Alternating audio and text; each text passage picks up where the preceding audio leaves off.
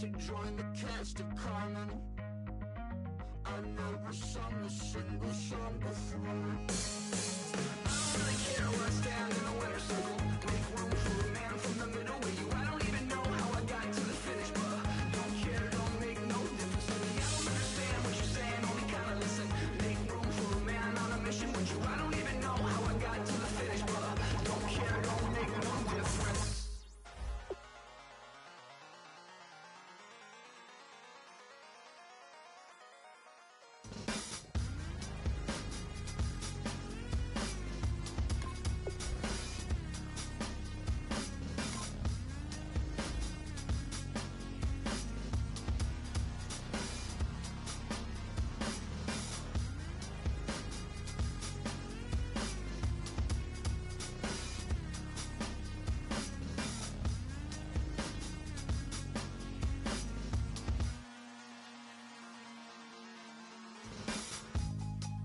Draw, hard to admit that I used to draw.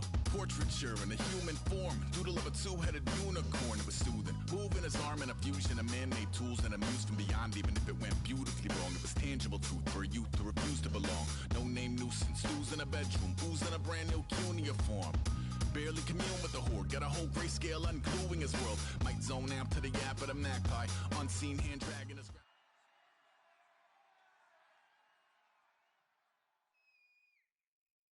Brandon Gaudin, Charles Davis ready for this Madden Ultimate Team matchup as you get a peek at some of the big players in today's game, and you're a big player in today's game as well. Let's get the party started.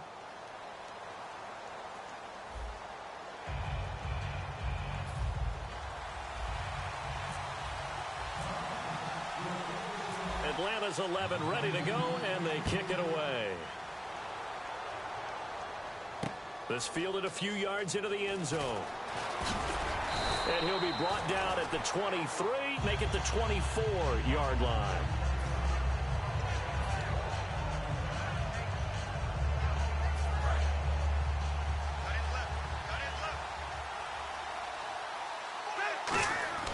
A first down throw here for Rivers. Over the middle, and it's caught. Keenan Allen.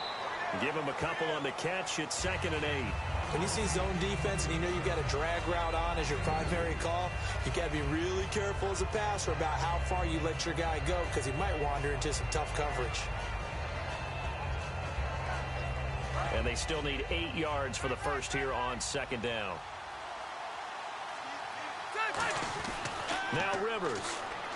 Allen has it, left side. And he'll get it up near the 35, right at the 34 here. An early test for this defense. Here we go on 3rd and inches.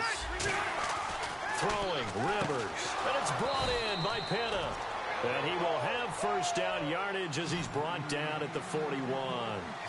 And Brandon, from our time in college football, where receivers weren't running the traditional NFL route tree, one thing they did learn, find open areas, find soft spots, and set up and catch the ball. And I think we just saw that there. Yeah, we saw that indeed, picking up the first. They'll throw again. Rivers over the middle here. It's Hilton. And he'll get it out to midfield. Looks like, yeah, they'll spot it right at midfield at the 50. It's an 8-yard pickup, and that is going to set up a 3rd and 1. Well, clearly one of his advantages as a passer is his height, sit back in the pocket, fired over the middle. That makes things tougher defensively, doesn't it? It really does, because your goal is to move the quarterback off his initial spot when he gets his drop back completed. But when you have that type of height, he can stay in there. If he's willing to take the hits and just fire over the top, which saves him time and actually completes a play a little bit quicker than it normally does, where a quarterback has to slide and find open space to throw. And he's going to fight his way forward here for a modest gain. 7 yards on the pickup there, and it'll leave him with a 2nd and 3. This drive is turning into an extended one, and the guy carrying the ball, he's becoming more like a body blows guy. Every carry is putting some damage on the defense. So after a while, I'm not too sure how many guys are going to want to run up and tackle him. Now a 2nd down throw for Rivers. Caught left side by Hilton. And inside the 20 before he's brought down. Give him 17 yards that time as that'll move the chains. And how about this first drive? They're being aggressive, slinging it around. Really confident, too, because they're not trying to fool him with running plays, throwing it, and they're being very successful right now. A gain of 6 there on first. And the pocket's been protected pretty good here so far on the opening drive. We always talk about confidence in runners and catchers and quarterbacks. How about the protection detail? They're not allowing anyone near the guy throwing the football. And so far, a very nice, methodical opening drive. This has the feel of a scripted drive that they rehearsed perfectly all week long, and now they're executing it on game day. Script looks good so far. So play number 10 now coming. It's been a long opening drive, but this is third down.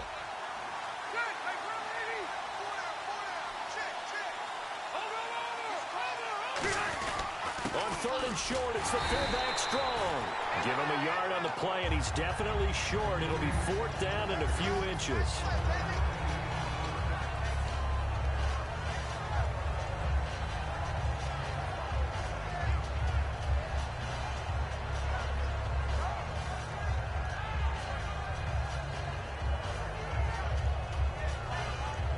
And look at this. They're keeping the punter on the sideline. They're going to go for it here on the opening drive.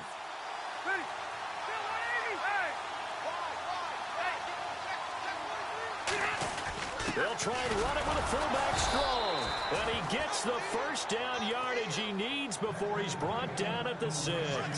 Well, just play after play after play on this long drive for the offense. Back live, Charles Davis to my right. I'm Brandon Gaudin. It's Redskin football to begin quarter number 2, and they've got it here with a first down.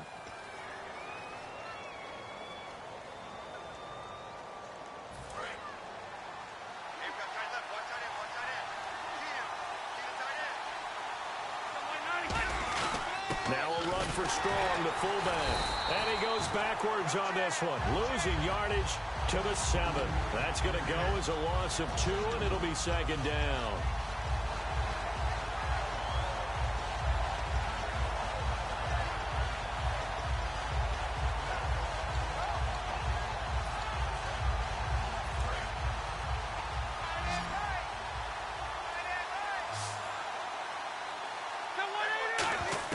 They'll try to throw here. Rivers. And he is into the end zone for a Washington touchdown. Mike Evans, a 7-yard touchdown grab. And the Redskins take the ball down the field and score on their opening drive.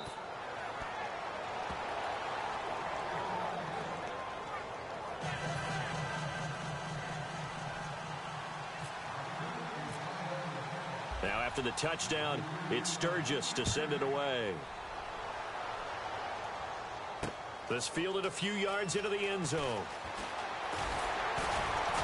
And last year that would have been a net gain of 5 on the return. This year he stopped where he would have been if he had taken a knee, and that's at the 25.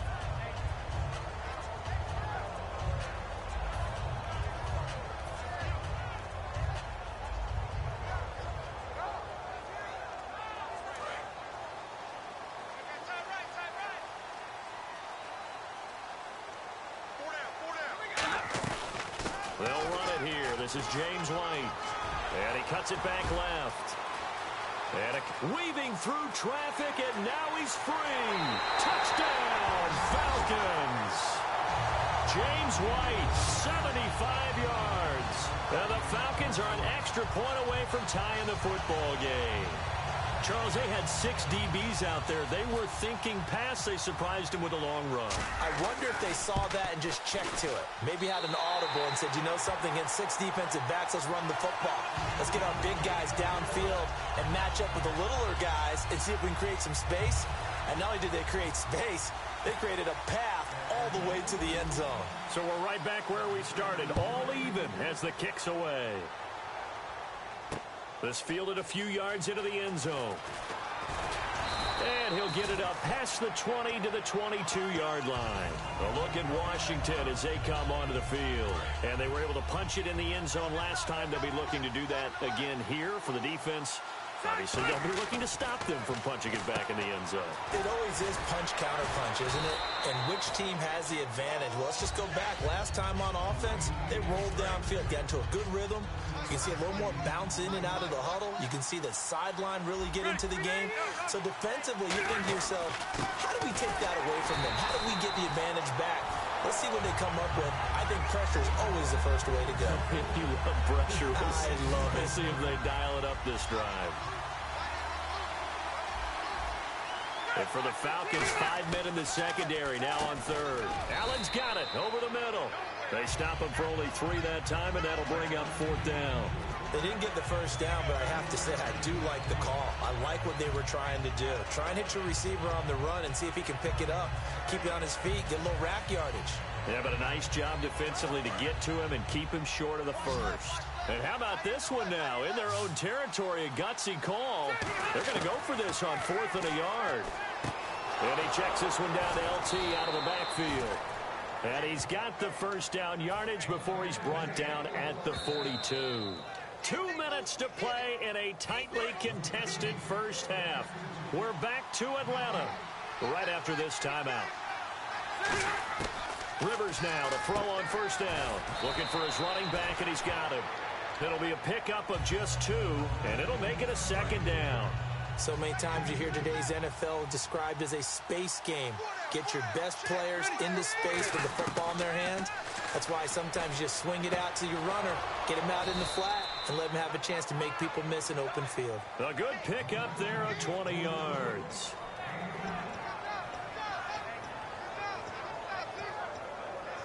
So after that big gain, let's see what else the offense has up its sleeve. A first down throw here for Rivers. Drops this off to Tomlinson, complete. And he'll go down at the 28. It'll be a gain of 8 yards, and that'll make it a 2nd down.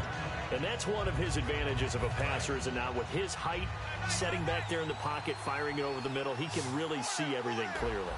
It is, and I know that other quarterbacks get it done different ways, right? You don't have to be his height to make a great play. But what he does is he takes away having to make those slide steps in the pocket to find angles to throw the ball through. He just throws right over the top of it because he can see everything, and sometimes that saves time and gets the ball to a receiver quicker. Rivers, and hauled in by Pitta. And he gets the first down here as he's taken down at the 24. Oftentimes we think of those tough yards as grinding yards that a running back has to pick up. How about the tight end there picking up the first down in that situation? That's what he's there for, right? Big fella, get it to him, let him fight off some people and pick up the necessary yardage. Now Rivers toward the sideline, and look at that catch. Dragging the toes, and that's going to be a first down. Well done. And now they're in the hurry-up. Let's make this one simple. What a catch, especially the finishing part of getting his feet in. Now whistles come in. We're going to get a timeout here by the offense. It's just their first, so they'll have 2 remaining here before we get to halftime. Long drive. The defense just cannot seem to catch a break and get off the field. They run it with Strong, the fullback. And he'll take this into the end zone. Touchdown, Washington. Max Strong, a 3-yard touchdown run. And the Redskins have taken the lead. And he's got it. It's now a 14-7 ball game.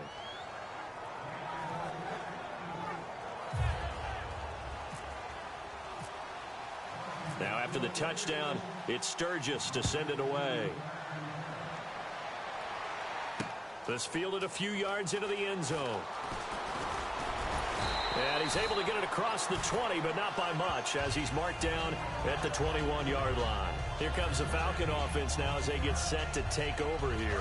And with time quickly fading here in the second quarter, not sure how aggressively, offensively they want to play this. I think we'll find out just how much they trust their guys in this situation if they decide to take a shot. He was looking for Adam Thielen there. And now it's 2nd down.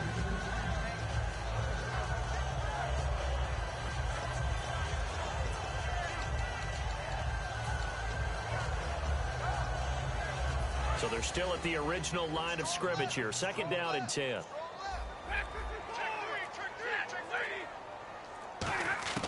On 2nd and 10, Stafford. Oh, he's got a man wide open, complete.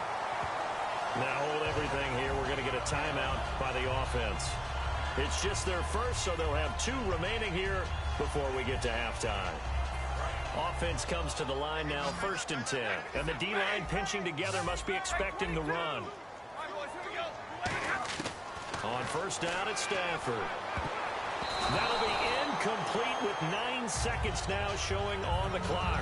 I wouldn't be shocked at all right now because a look of surprise on the big fella's face because he had the route that he wanted, running the corner, and usually he's able to use his body and catch the football, but a really nice play by the defenders, able to knock it away. Here's Stafford. Into heavy traffic, and it's intercepted. Picked up by the star at nearby Georgia, Champ Bailey. And his guys have got it back at the closing stages of the first half. And here come the Redskins now. And from this spot in the field with the clock where it's at, you think we're just going to see a knee and that's it? And I think in this situation, that's the proper play. But we do know there's some risk takers out there that may want to take one more shot before the clock runs out. To throw is Rivers. And he checks this one down to LT out of the backfield. And he gets this inside the 35-yard line. We have hit halftime. Still 2 more quarters to go. We'll take a timeout. We'll be back after this. You're watching the NFL, and it's on EA Sports. It's in the game. Both teams appear ready for the fight ahead, and we resume action here in quarter number 3. This is fielded a couple yards deep. And he'll get across the 20 before he's brought down at about the 23-yard line. Atlanta now coming out on the field. They're down here, but very much in this game. What's the tonality of a coach's talk when a game is within striking distance like this at intermission?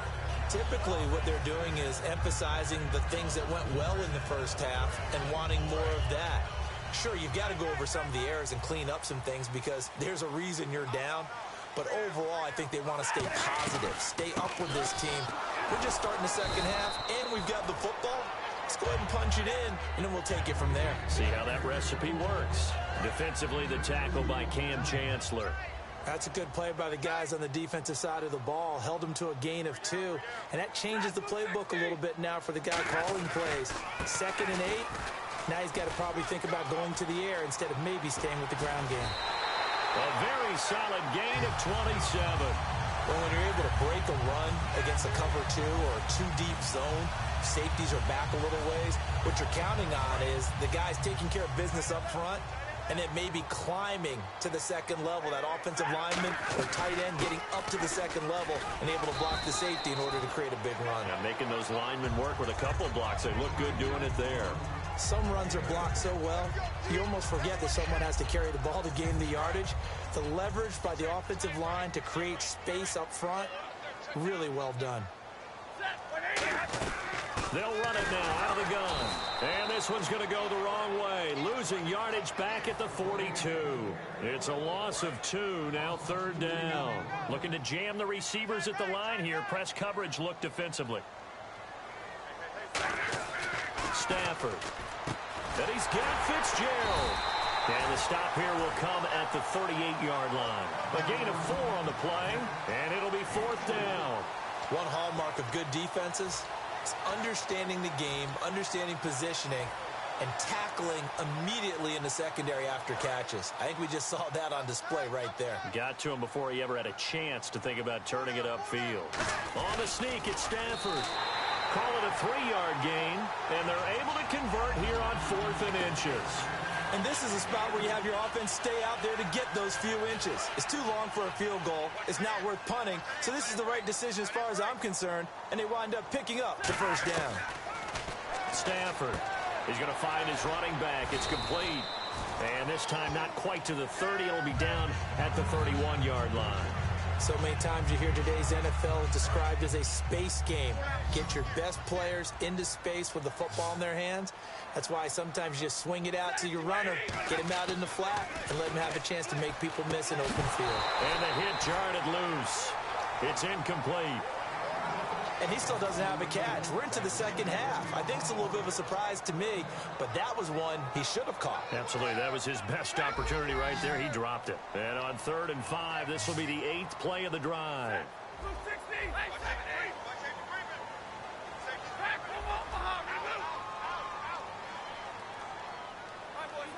They come out here in the eye.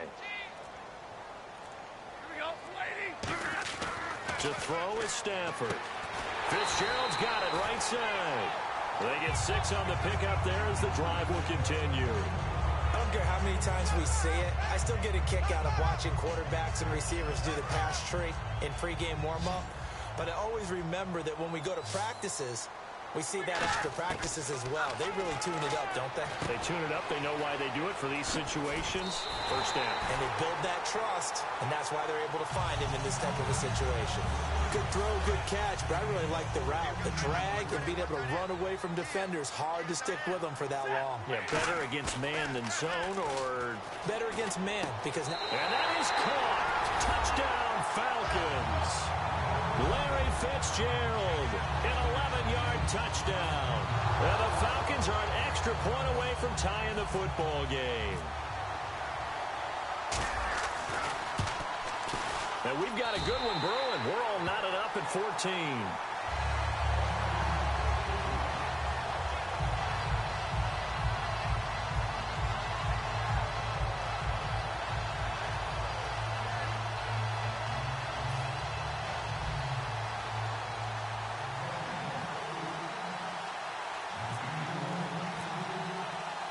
So all square here in this third quarter as the kick's away. This fielded a few yards into the end zone. And last year that would have been a net gain of 5 on the return. This year he stopped where he would have been if he had taken a knee, and that's at the 25. Now we take a glance at the offense as they work their way back out for their first possession of the second half. First half showed us some pretty good offense. Tie game, we'll see what the second half brings. And it'll be interesting because I think both sides feel pretty good about what their offenses are doing. Got to wonder what adjustments are being made defensively to try and get a spark and maybe slow down the other side. But here, do you change up anything on this opening drive? Not offensively, you don't. You got everything going your way. You've probably prepared for maybe some change-ups you might expect, but overall, you like what your game plan's showing you. And hauled in by Pitta. A gain of 4 that time as the drive continues. There's a completion to the tight end, and I think that we're looking at something out of central casting, frankly. Absolutely. I mean, size, the hands. Speed. I mean, can flat out run. You put that whole package together, you light up the eyes of an offensive coordinator, don't you? It goes as a pickup of 23.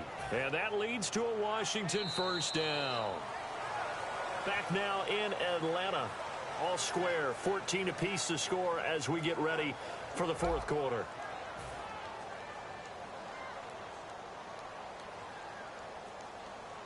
And now a first down following that long gain. They come up in an offset eye.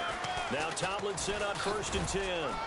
They'll fight forward for a couple down inside the 40. Tackle there by Clay Matthews. And they're going to hurry back to the line now. We always like to talk about defense in terms of levels. First level defensive line, second level linebackers, third level defensive backs.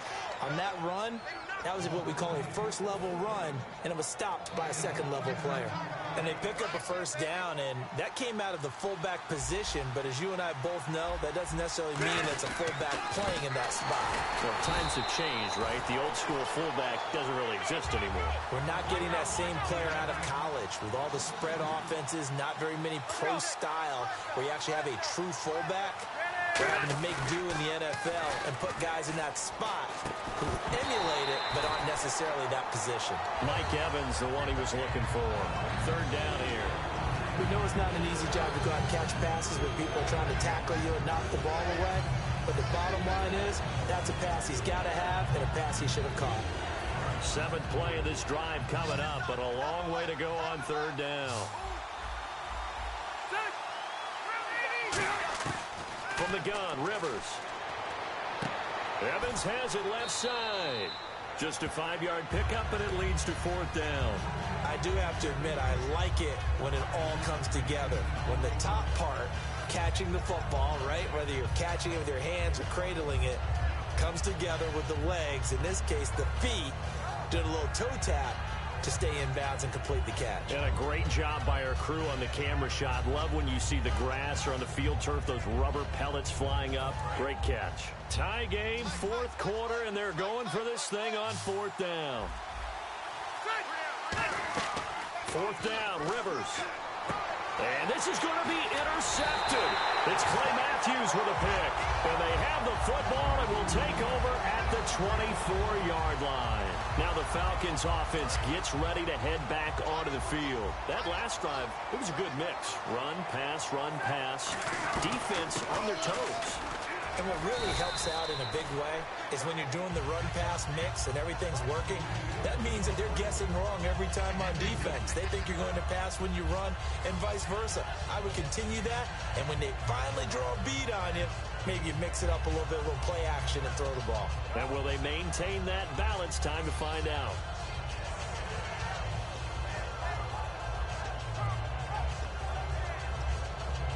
The play clock's running down. Time for a break. We'll come back and see how it all shakes out after this.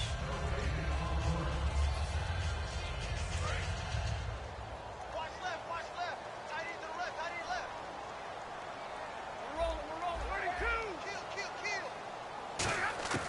On second down, here's Stafford. Middle of the field, it's Robinson. It's an 8-yard pickup and leads to a new set of downs. An ex-teammate used to tell me all the time, I hate experienced quarterbacks because no matter what, you really can't hide what you're doing. And I think that right there, he knew right away where the blitz was coming from, where his primary guy was going to be, and he ended up going to a secondary target for a nice game. I was just going to ask you, that wasn't the primary target, and he's so good at that, isn't he? I think he knew right away that he wasn't going to get to his primary guy. I think he read that as soon as he got to the line of scrimmage, knew where the pressure was going to come from, and said, I know how to beat that, and that's what he did. He's got his man on the crossing route. And he's taken down, but not before he gets this into enemy territory across the 40. It's a game of matchups, and that's why you take your receivers and move them around a bunch, especially your best guys. And when they work out of the slot, you often hear the coaches talk about how great it is because it gives you a two-way go. You can break out or you can break in. That makes it hard to defend. So after that big play, let's see if they can catch their defense maybe on their heels. Here's White. Fighting his way down to about the 30. And now we're going to get a timeout called by the Redskin defense. It's just their first. They've got 2 more to use here in the final stages.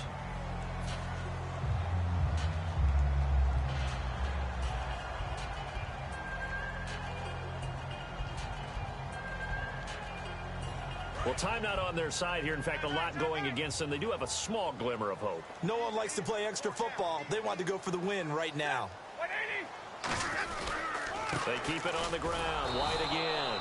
And for one of the few times here today, this run's not going to go anywhere. The Redskins looking for another timeout, and they get it. That'll leave them with just 1 remaining in this 4th quarter of play. So 3rd down, they need to get to the 28 for a first.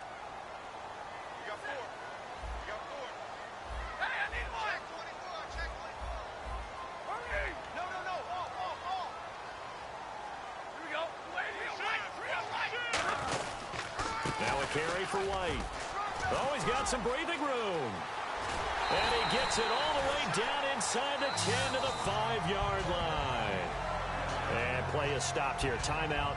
It's the defense calling the timeout here. It'll be their 3rd and final timeout, so as they talk things over, we'll step aside.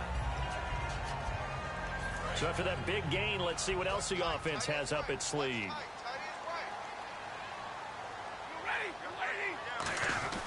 They'll try and pound it in with Fowler, the fullback. Only a yard on the pickup there. 2nd and goal. That's someone who's pretty happy right there. That's the defensive coordinator. Body after body getting to him before he can get started.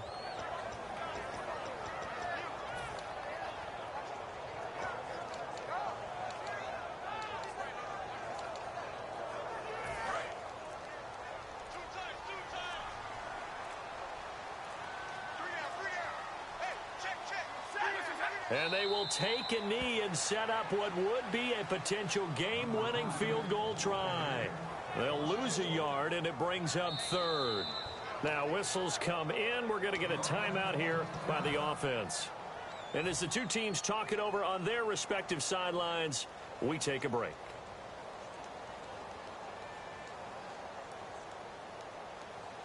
So this game will come down to the right leg of Caleb Sturgis. 2 seconds on the clock. This for the win. And it is good. He splits the uprights on the chip shot, and the Falcons are going to win the game. And Charles, I think when the schedule comes out, all teams, no matter where they're predicted to finish, talk about protecting your home turf. They were able to do that here in this one. Similar to a tennis match, right? Not letting them break your serve. That way you hold on to it. They got it done, and they feel very good about that victory.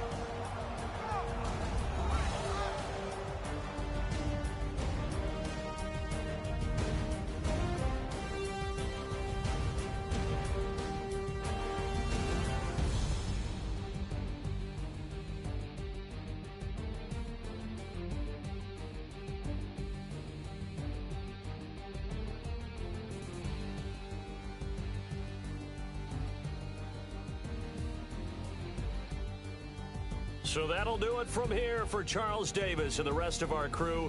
I'm Brandon Gaudin. You've been watching Madden Ultimate Team on EA Sports. For more, check us out at easports.com/Madden. It's a win for the Falcons here as we say so long from Atlanta.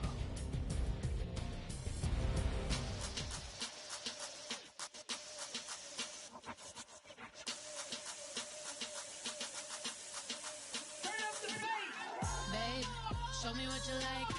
Hey, I put money, I can match it for ya. I'm in this all white fit, looking like a brick and all them zippers on a jacket on ya. He got a thing for Latin. He wanna hear a little Spanish. I told him it ain't practice it. I'm about to fill you up with status.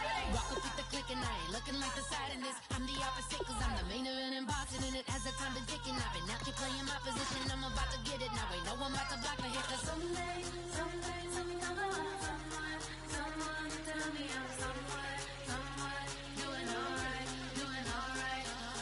Somewhere, somebody that somebody that one day will be the love of my life, but not tonight though.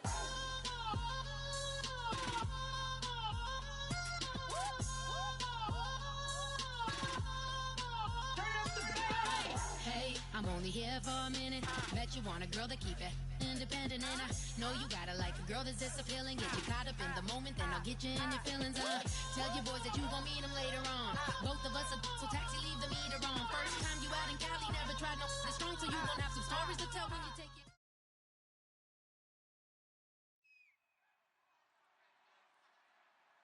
And now we get a peek at some of the top players here for this Madden Ultimate Team matchup. Brandon Gaudin, Charles Davis ready to go in the booth. We hope you're ready to go at the controls. Let's play.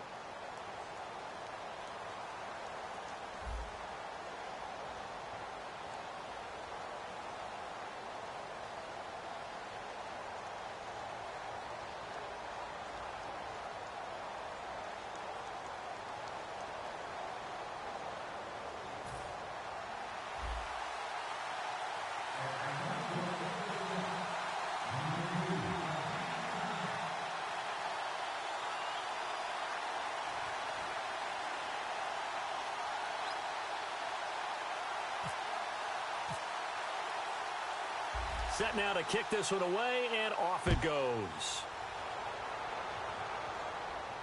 This fielded a few yards into the end zone. And with a new rule, that decision to bring it out will cost him about 5 yards as he only gets to the 20.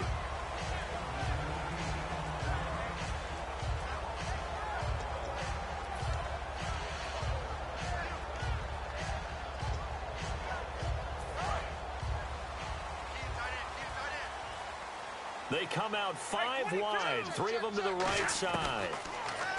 Back to throw, Stafford. Throwing left side here, and it's complete. 14 yards there on the first play from scrimmage.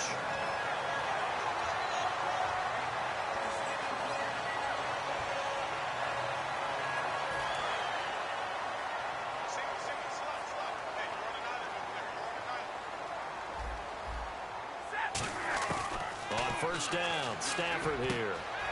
And he connects with Vance McDonald. And he'll be taken down, but not before he gets into enemy territory. And he's the epitome of what we call the move tight end, a guy that you can line up anywhere, in the slot, out wide, in tight, doesn't really matter because he has such great skills. You want to utilize him in all aspects of your passing offense. And there he was in the slot for the catch. And he'll get this down only to about the 46. 2 yards on the carry there. It'll be second down. Partner, we know today's NFL is really built around the guy throwing the football.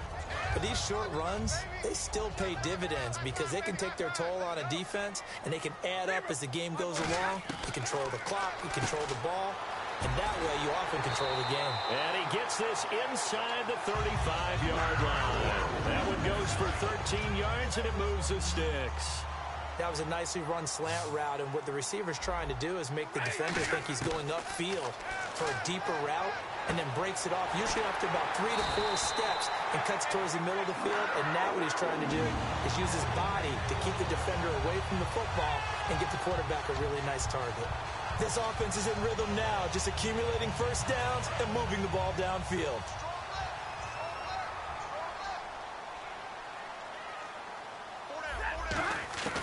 Stafford on first down. This will be caught at about the 6.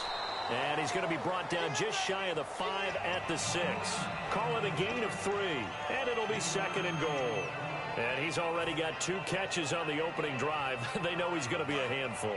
And sometimes you game plan for that offensively. You want to make sure that guy touches the ball. And sometimes it just happens naturally. And then you change your game plan. When he has the hot hand, you keep going back to him because he's running routes with confidence as the game goes on. He lost 2 there. And it's third down.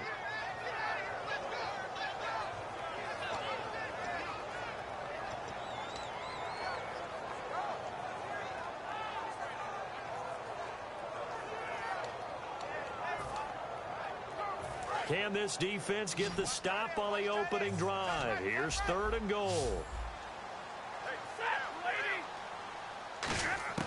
Now Stafford on third and goal.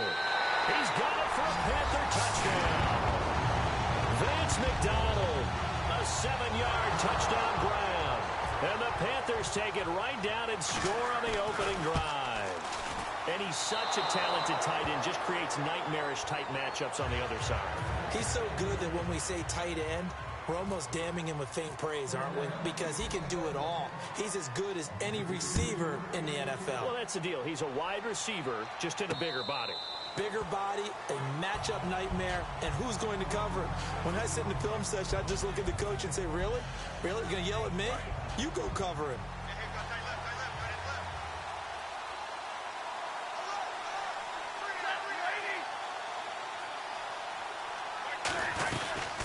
They'll start the drive with a give to White. And this defense feeling the encouragement. They stop him at the line of scrimmage on the first play of the afternoon. The insistence of speed at every position is really seen at the defensive end spot. These guys in the old days were often outside linebackers. They just pushed them forward because they wanted to play fast and get to the quarterback or the running backs quicker than ever before. They stay on the ground with White.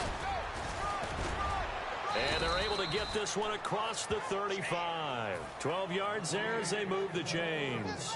Absolutely love the run right there. This guy's known for his quickness, but also for his speed. And he's able to get to the second level almost before you blink if you give him any type of blocking.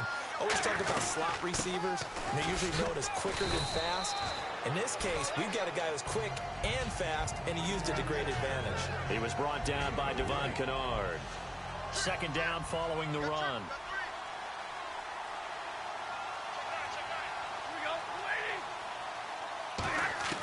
They'll try the air now with Stafford. Going down the middle, and it's complete. And he takes this one down all the way near the 30. A really good pickup of 28 yards. In recent years, the slot receivers really gained stature in the NFL because they can do so many things. Yes, they can line up wide like your normal wide receiver, but to have that kind of courage and toughness to run routes in the middle of the field and become dependable targets for their quarterbacks and move the sticks, those guys are worth their weight in gold.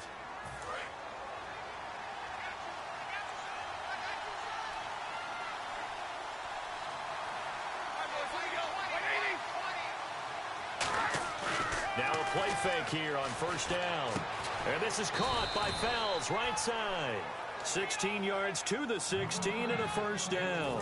And the defense with their backs against the wall a little bit here as the offense is in the red zone. And now the passing game here in the second quarter starting to heat up a little bit.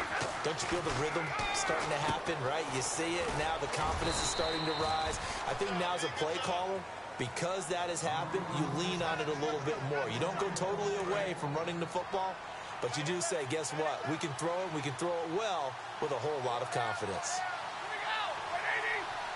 And the offense inside the 5 here at the 4. It's first and goal. And he'll get this one back to the 5-yard line, but no further than that. That's going to go as a loss of a yard, and it'll be second down. We talk all the time about how important it is to have leverage in blocking. It's also a big part of policing up gaps. Did you move someone out of the A gap? Did you move him out of the B gap in order to create space for your guy to run? In this case, all those gaps were shut down. Yeah, the movement was defensive, and they got him for a loss.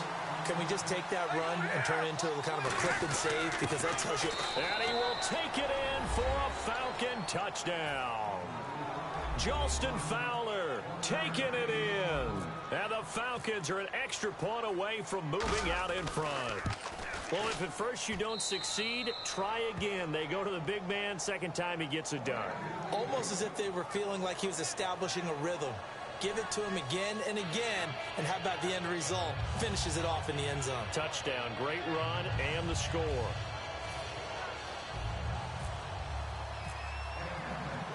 Atlanta's 11 ready to go, and they kick it away.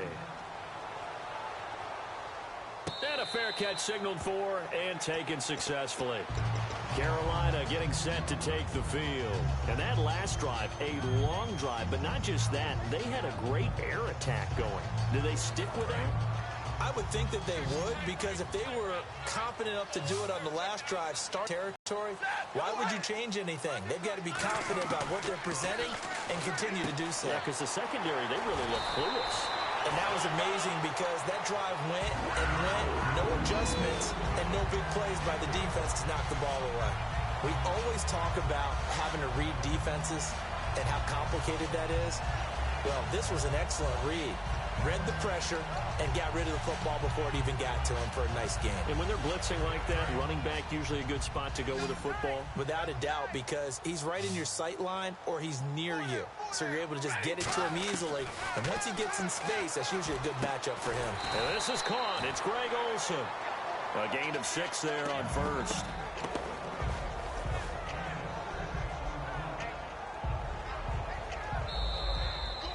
Two minutes to play here in the first half. Back with more from Charlotte after this.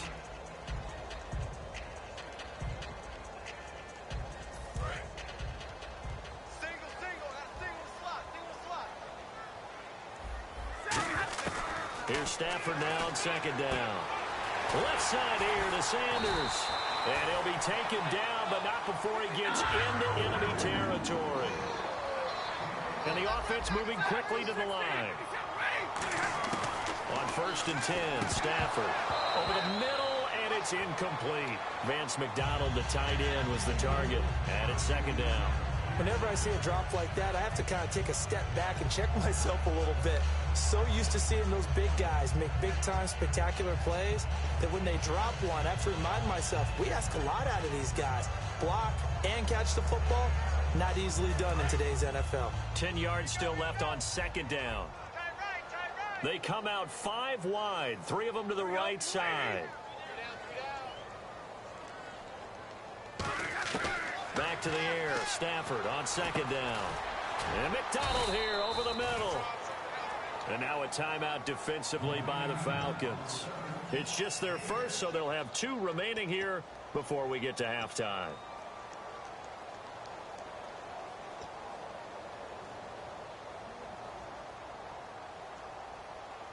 So here we go, a third down after the second down pass completion. It's a 5-receiver set, 3 to the left, 2 to the right. Now Stafford Trying to get it to Williams, but it's intercepted. It's Clay Matthews with a pick. And his guys are going to take over at the 39-yard line. Atlanta now coming out on the field. And they'll just simply be looking to build off the confidence of the last time out where they scored a touchdown. And confidence is powerful, isn't it? When you've scored once, you feel like you can go back out there and get it done again. Doesn't matter what the defense throws at them. They feel like they're in a groove right now, and they want to get out there and show it. Yeah, hoping to stay in that groove here this go-around. And a good quarterback facing zone coverage. If he has just a little bit of time to survey the scene, that's what's going to happen. No doubt about it. If there's no pressure, he's going to continue to pick them apart because he'll have all that time to find someone open downfield. You can only cover for so long. So maybe they want to go to a zone blitz scheme, get a little bit more pressure. Remember when Carolina did that against Denver? They lost the game ultimately. They dropped the defensive end out, and he ended up with an interception in that game in Super Bowl 50.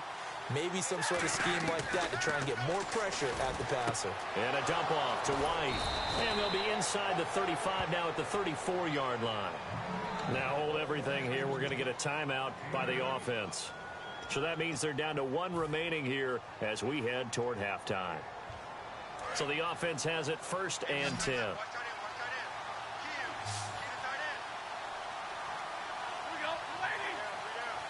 Shift together here from the D-line.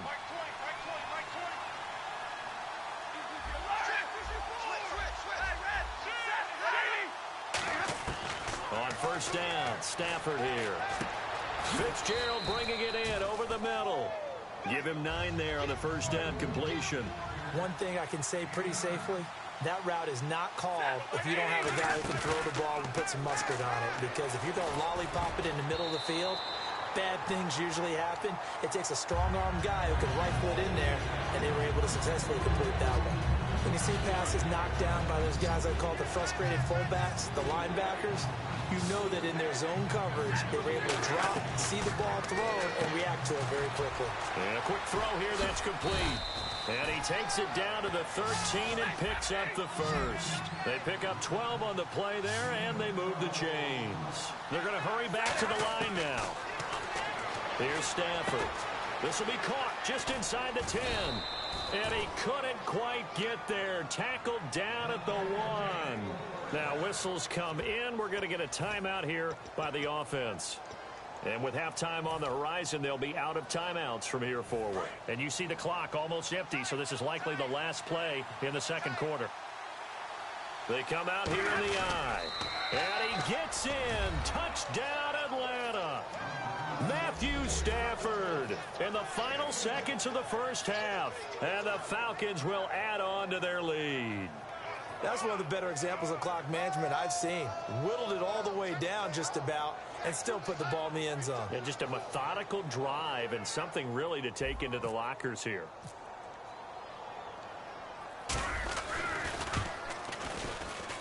And it's up.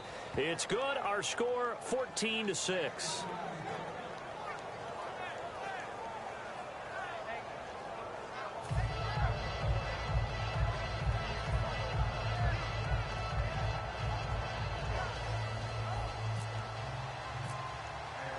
Atlanta's 11 ready to go, and they kick it away.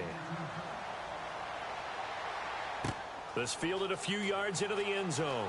And he'll wind up about 4 yards shy of where he would have been if he'd taken a knee, as they'll start at the 21-yard line. Carolina getting set to take the field. And from this spot in the field with the clock where it's at, you think we're just going to see a knee and that's it?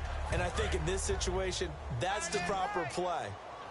But we do know there's some risk takers out there that may want to take one more shot before the clock runs out.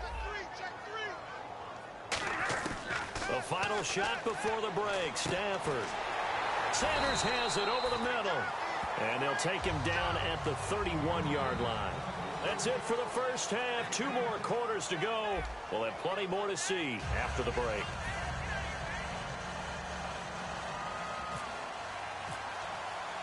So both teams have their marching orders, and we'll get going again here in quarter number 3. This is fielded a couple yards deep. And he'll bring it a few past the 20 to the 23-yard line. Atlanta now coming out on the field. They have the lead. Now they'll be looking to extend that lead. And this is where I enjoy talking about one of my favorite subjects, tendency breakers, or counters as I also like to call them.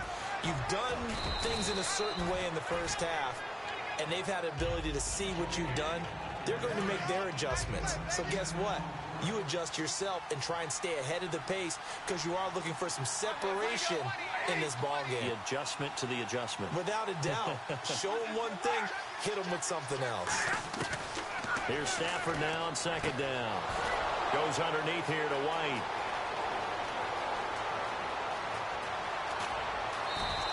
A big play there on the catch and run. And even 60 yards. And now inside the red zone, the offense will operate. Back to throw, Stafford. That's complete, right around the 8. It's a loss of a yard there, and now second down. They threw the screen to the perimeter, but to no benefit at all. Tackle behind the line of scrimmage for a loss of yardage.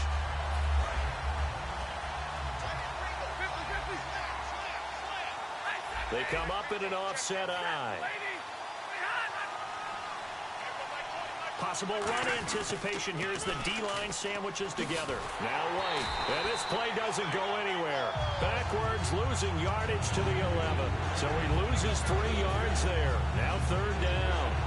On goal-to-goal runs, when you create lost yardage plays, the only way that happens is either called pressure or what I like to call straight-ahead pursuit. A great read, and they get to the backfield and make the play. And that was a big chunk of yardage lost. Play clock winding down. Just beating the play clock. Stafford. And this is going to be incomplete. Larry Fitzgerald was the intended target, and that brings up fourth down.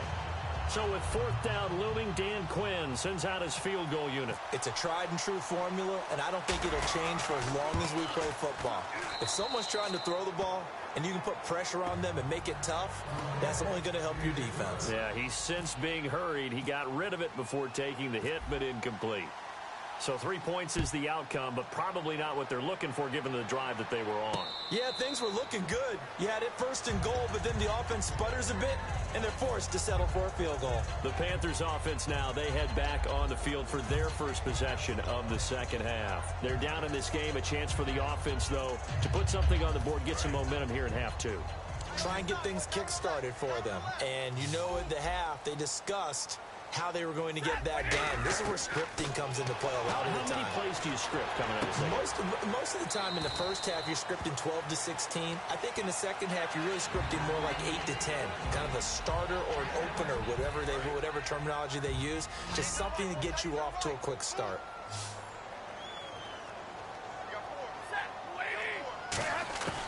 On second down, here's Stafford. And he fires one that's intercepted. Picked off by the free safety, Eric Berry. And they have possession, and they have it at the 38-yard line. Atlanta now coming out on the field. And they had 3 points last time, but they didn't want 3 points because they were well within range of scoring a touchdown. We'll see if they can do better now.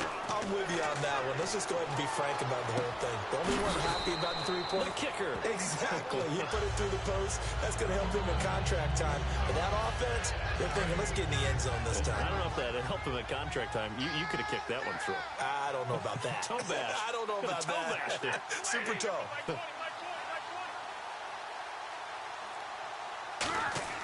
To throw on second down at Stafford. And incomplete there. A nice hit. Jars the ball free and brings up third down.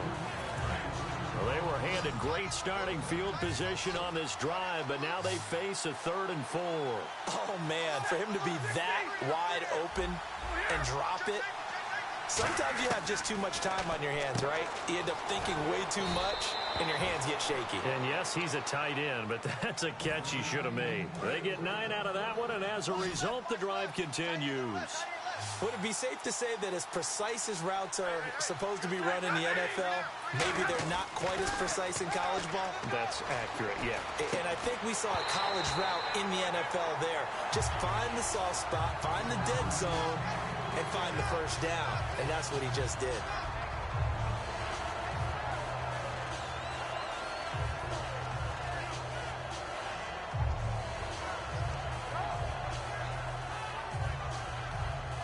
on 2nd and 10 now.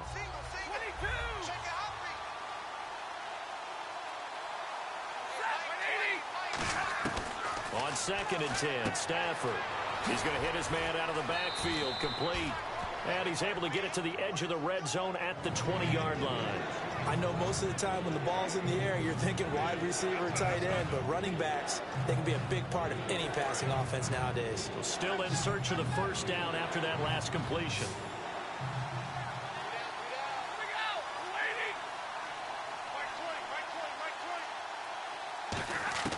Throwing on 3rd down, Stafford. And that is incomplete.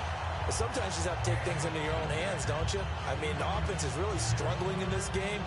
They're the ones keeping things going. They have to continue to play at that level. And Sturgis able to knock it through, and that will get the lead up to 14. So it's a 7-play drive, but it stalls out in the end. Let's credit the defensive front seven. They were a little leaky at the start of the drive, but they stiffened toward the end. Atlanta's 11 ready to go, and they kick it away.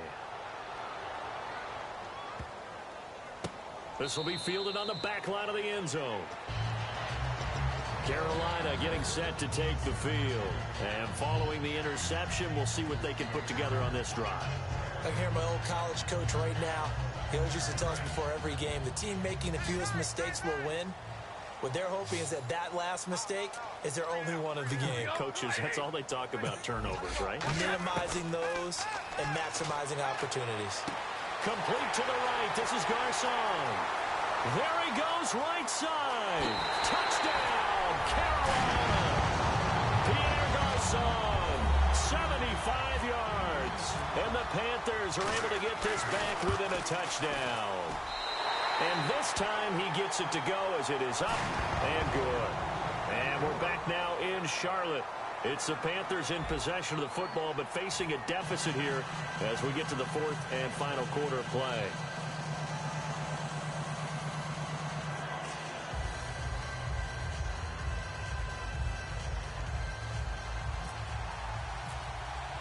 Here's Tucker now out to kick this one away. That'll be taken in the end zone. They'll bring it back to just about the 25, call it the 24-yard line. And here now come the Falcons. And they split the uprights last time for 3. They've got the lead. They're not going to play this conservative. They're not hoping for another field goal. They're hoping for a touchdown. I'm with you on that one. I like where your head is. I like the way you're thinking because you're exactly right. Trying to sit on a lead and play that way, that doesn't work too well for most teams. Run your offense. Run what you do best. Exactly. Put it all the way down and try and increase your lead in a big way. And the best way to do it, touchdowns. They'll run with White. Only a couple there as he'll be brought down about the 28. The linebacker, William Compton, in on the tackle. The 4th quarter here, they've got the lead. They want to keep it on the ground. That's what they're doing. Smart football. Keep the clock grinding. Keep it going. But you got to figure now, they're going to see more people stacked up at the line of scrimmage as they try and bleed it out. The wide receiver moving to a new spot. Now Stafford. And he's got his man on the out route. Call it a gain of 10, and they pick up the first. Getting late here in the 4th, and if this team has any chance to win this football game, their defense obviously needs a stop here. And that pickup of a first down, that's going to leave a mark because they really needed to stop them there, didn't they? So frustrating. Defensively, you're a play away from getting that football back here down late. Tough. Now they've got to find a way to create a turnover or a takeaway. Otherwise, this one will probably get away from them.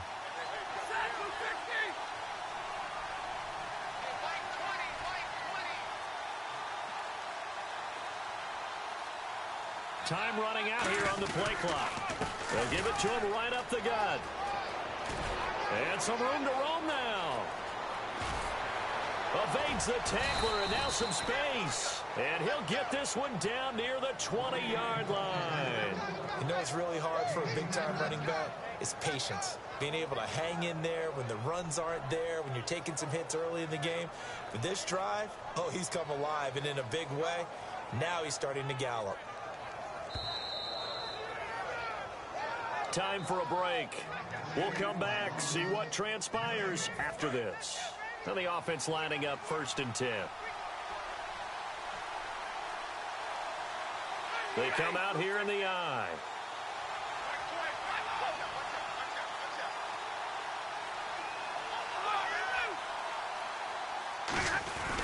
They'll give it to him right up the gut. Give him 3 on 1st down. It'll set up a 2nd and 7. Well, I think we know by now that every run is not going to be broken and get all the way to the end zone. But these short ones still have their value. You can still set up your play action and throw the football. You control the clock because you have the ball and they don't. And often the physicality sets the tempo for the game. Here's Stafford. And he's got his favorite target yet again. It's complete. 8 yards on the pickup there, and it moves the sticks. I think that's a big pickup for a 1st down because when you run a drag route against zone, you're sometimes asking for trouble because you might run into a defender. Yeah, well, there they ran into a 1st down. Executed it to perfection.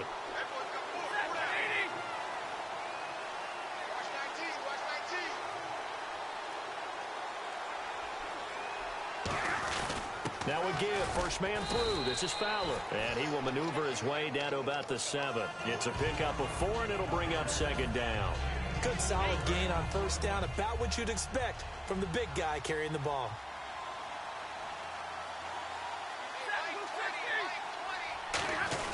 Right back to the fullback. This is Fowler again.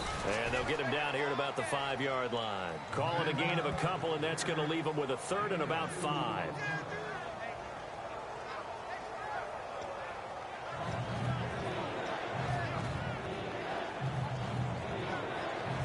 They'll break the huddle and come up on the 9th play of this drive, needing 5 yards on 3rd down.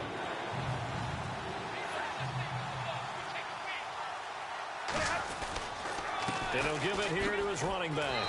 And he's across for the late touchdown. And in the final seconds, that one should just about put a capper on this game. And that touchdown should make you feel comfortable. But do you really feel like it's totally over yet? Not totally, but I think you're pretty much there. Yeah, you've still got to make sure you stay with it, do all the right things down the stretch, especially on defense. But that touchdown there, you've got to feel good about your chances. Atlanta's 11 ready to go, and they kick it away. And no return on this one as the fair catch is signaled for and taken. Here's the Carolina offense as they get ready to take over here. They can't do much at this point, partner. This one is going to go down in the loss column. You don't make up for what has happened during the game in this sequence here. Maybe you hand it off and let someone run the ball if you so choose. But otherwise, just kneel down, call it a day, and try and prepare going forward. They come up in an empty set. 4 wide receivers, 1 tight end. 52's the mic, boys, 52. On 1st down, Stafford here. Looking left sideline, it's complete. And brought down, but not before reaching the 45-yard line.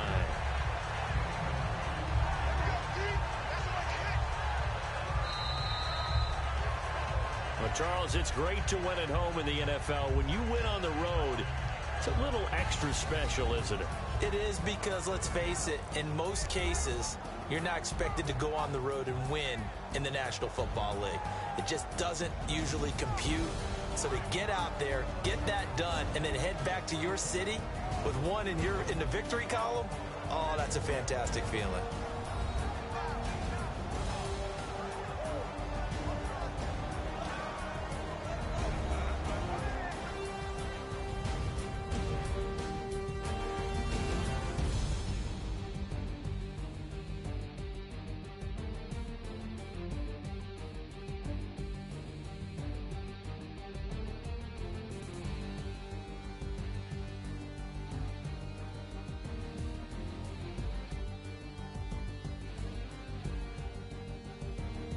So that'll do it for us. For Charles Davis and all our crew, I'm Brandon Gaudin. You've been watching the NFL on EA Sports. Till next time, we say so long from Charlotte.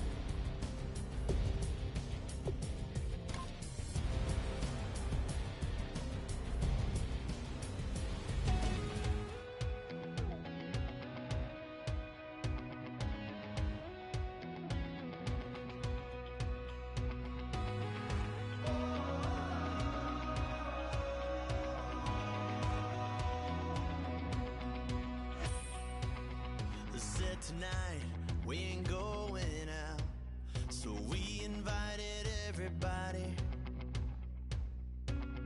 The made, well, they're way too strong, but ain't nobody saying sorry. The speaker's so blown, no one knows what it is, but we keep it on repeat cause we don't want it to end. We got the rest of our lives for the rest of our lives, and the rest of tonight for whatever feels right. We're doing it our way, just acting our age. One day we'll look back just shaking our heads, but right now we're too fast to slow down just yet. We're doing it our way, just acting our age. Just acting our age. There's people here that I just met, but we're acting like we go back. It's 3 a.m., but we ain't done yet, trying our best to make it last. Freedom running through us like an open. We're too high on being young and there's still to race. We've got the rest of our lives for the rest of our lives, and the rest of tonight for whatever feels right. We're doing it our way, just acting our age. One day we'll look back just shaking our heads, but right now we're too fast to slow down just yet. We're doing it our way, just acting our age. Just acting our age. Just acting our age.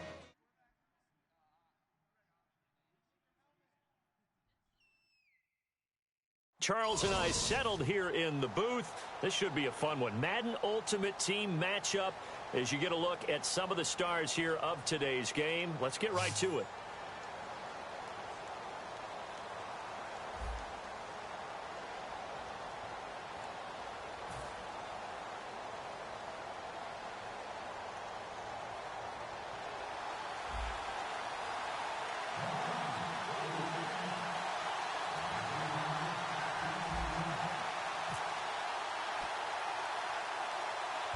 Atlanta's 11 ready to go, and they kick it away.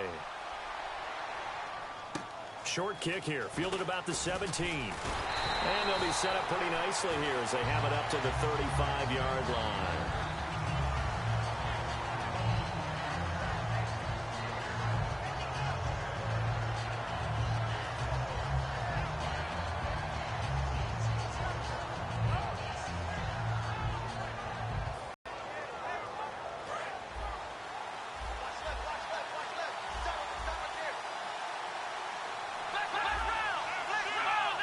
Jones now in motion left. McNair to throw. It's complete to Brown, right side. A good start offensively. 15 yards on the game's initial play.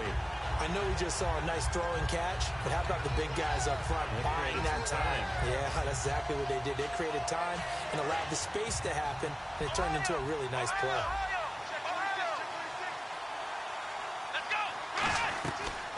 Here's Thomas Rawls with his first carry. Room here to run. And they'll get him down here at about the 42. A good run there on first down, and it'll leave them with a 2nd and 2. And once again, leverage wins. The offensive line, lower than the defensive front.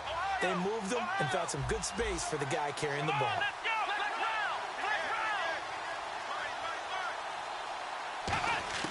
On 2nd down, McNair. And he is out of bounds, just a yard or two shy of the 30. 11 yards for number 11. And when you're playing a quarterback with some experience and some moxie, you enter the danger zone when you decide to blitz him, because if he's able to diagnose as he did on that play, he can hurt you downfield. He reads defenses so well, doesn't he? He really does, and the best part about that play for him, I don't think that was his primary target. I don't think so either. I think he had the read, figured out where the blitz was coming from, and went to a secondary target for a really nice game. 2 yards on the pickup there. It'll be 2nd and 8. Well, so many times we look at a short run and we praise the offense for trying to set the tempo and establish things, but the defensive guys, hey, they just won the battle there. It wasn't a big run given up. They don't always have to absorb the body blows. Sometimes they dish them out themselves. Flushed out right. And he'll just chuck this one up into row G. It's incomplete. They got pressure there and only rushing 3. And there's a defensive coordinator right now who is celebrating not just getting home with 3 there, but realizing if that's the type of pressure he can get in the entire game, then his pass defense is going to be excellent. You're dropping 8. Where are you going to go with the football? A nickel back added defensively as they look to stop this 3rd and 8.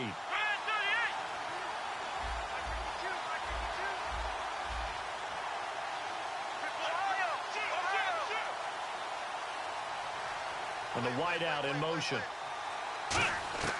From the gun, here's McNair. And Jones has it over the middle.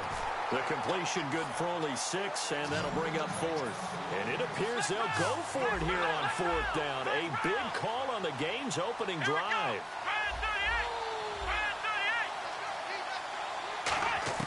Out of the gun, it's McNair. It's caught, Jones. And he picks up the 1st down yardage as he takes this one down to the 15. Well, the field goal attempt was well in hand. They had that, but they decided to go for it anyway. Extreme confidence, it looks like. Yeah, but I bet the defense is going to remember this one, right? They kind of rubbed their nose in it. Counting down toward the midway point in quarter 1. 1st down, this is Rawls. And able to surge forward for about 5 yards down to the 10. And that's exactly what you want on a 1st down run. Pick up 5 yards, bring up 2nd and 5. The defensive line, though, they've got to figure out a way to out-leverage the guys up front because the offensive line is winning at the point of attack. 5 yards left for the offense. It's 2nd down.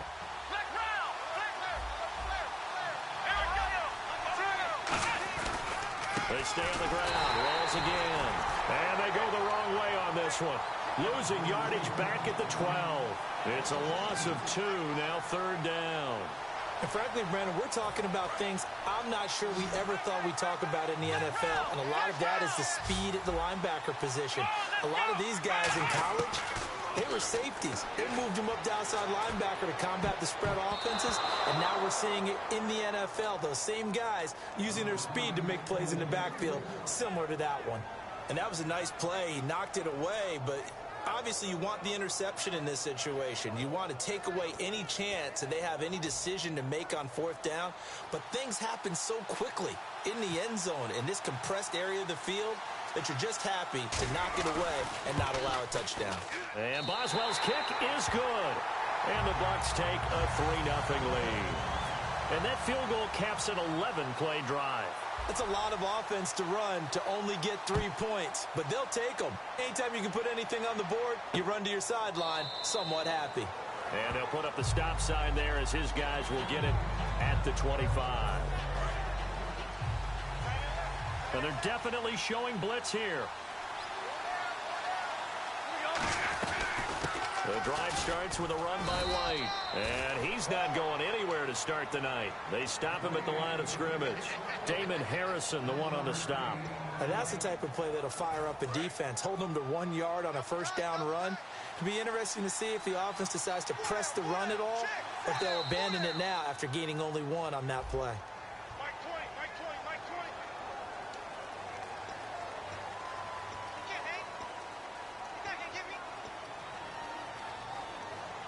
Second down and 4.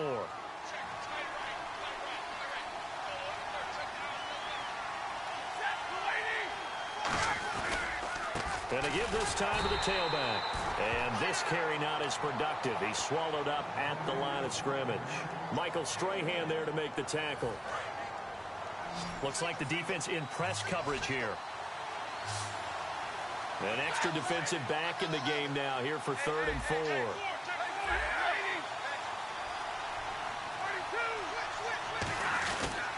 And they'll go with the ground attack here. And he's going to have the 1st down yardage to the 35.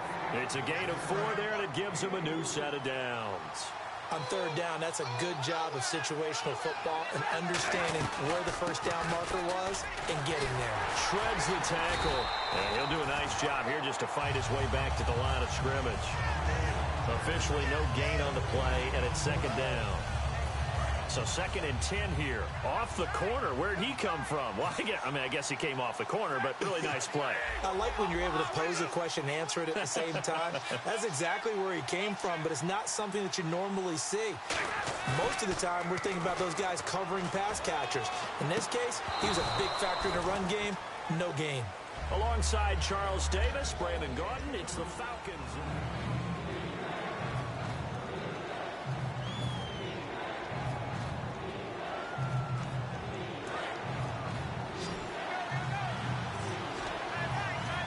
Go down. Extra defensive back in there on 3rd and 10.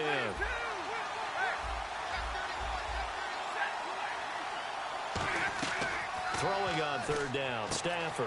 And he locates Walker. Complete. And he gets it down to the 48. Enough for the first. Okay, when the big guy runs a corner route, you're asking a lot no matter who's covering him. Doesn't matter whether it's a linebacker or a defensive back. Yeah. He usually has the advantage because of his body type. They'll run it now out of the gun. And he'll get this down only to about the 46. Credit him with a 1-yard gain there to make it 2nd and 9. A 1-yard gain can look like a disaster, but it all depends on how the game is going. Is it a series of 1-yard gains running the ball? If that's the case, you might have to start thinking about throwing it a little bit more. But if it's just the occasional 1-yard run, hey, congratulations to the defense. They won that one. Come back and get them the next time. And they'll run it here. And he's going to be met at about the 43. Give him 3 yards, and now they're left needing a conversion here on 3rd and 6.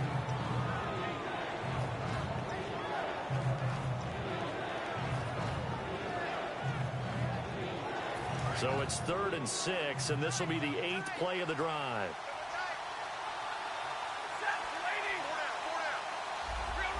Then he motions the wide receiver. They'll need to get the play off quickly. Throwing is Stafford. Looking for Fitzgerald, and it's intercepted. Picked off by the Pro Bowler, Anthony Barr. And they will set up shop at their own 41-yard line. Now the Buccaneer offense set to take over again. And last time they got 3 points, but it was a chip shot field goal. And when you go to the sideline after a chip shot field goal, maybe the offense not too happy. It's a balancing act, isn't it? Because you're exactly right. They're none too pleased that they didn't punch it in for 6 points. But they also have to remember they did put points on the board. 3 points is 3 points. And in this league, you take points when you can get them. Not easily done. 2nd down now after the incompletion. In motion right comes Jackson. To throw, McNair. And that's going to be incomplete. The Pro Bowl wideout Julio Jones, his intended receiver. And that takes us from 2nd to 3rd down. Not too many things get to a quarterback of this magnitude, but I think it's safe to say that pressure can get to any quarterback. Now, he's obviously a great franchise quarterback, but felt the pressure, threw it incomplete. The left side completion to Jones. They give him 12 yards and a first down. He's such a good route runner. Shows it there on 3rd down. Very proficient and a good pass. And you know what I've observed over the years in the NFL? The better a route runner you are, the more confidence your guy's going to have in you to go to you in important times because he can trust you being in the right spot, and they connected there and picked up a first down. Tremendous coverage there. Just did not catch the football and complete the interception. But what do they say all the time?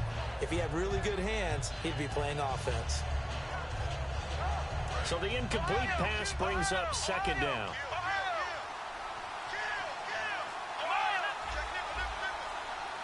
The wide receiver moving to a new spot. Now McNair. Pressure brought in, and the Falcons get there for the sack. Khalil Mack coming in from his outside linebacker spot. He buries him for a loss of 10 or 11.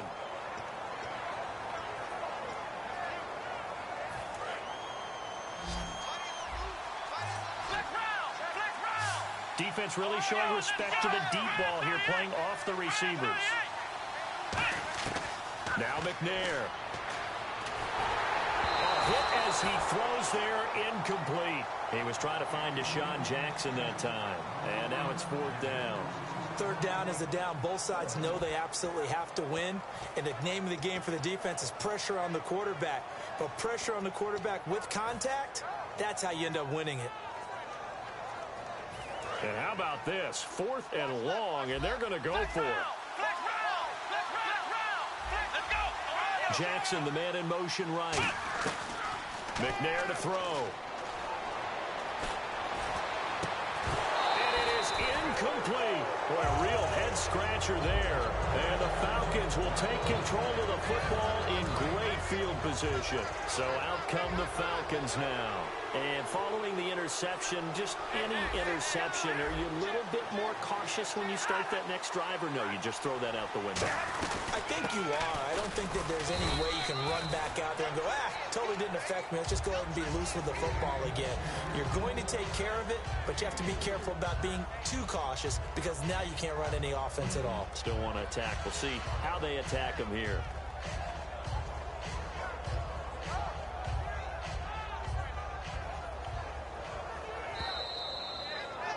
2 minutes remain here in the first half. We'll come back to MetLife Stadium after this short timeout.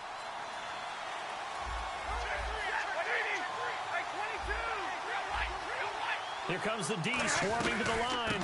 They'll run it now out of the gun. And he'll lose yardage here. Back at the 41. He lost 2 there. And it's 3rd down.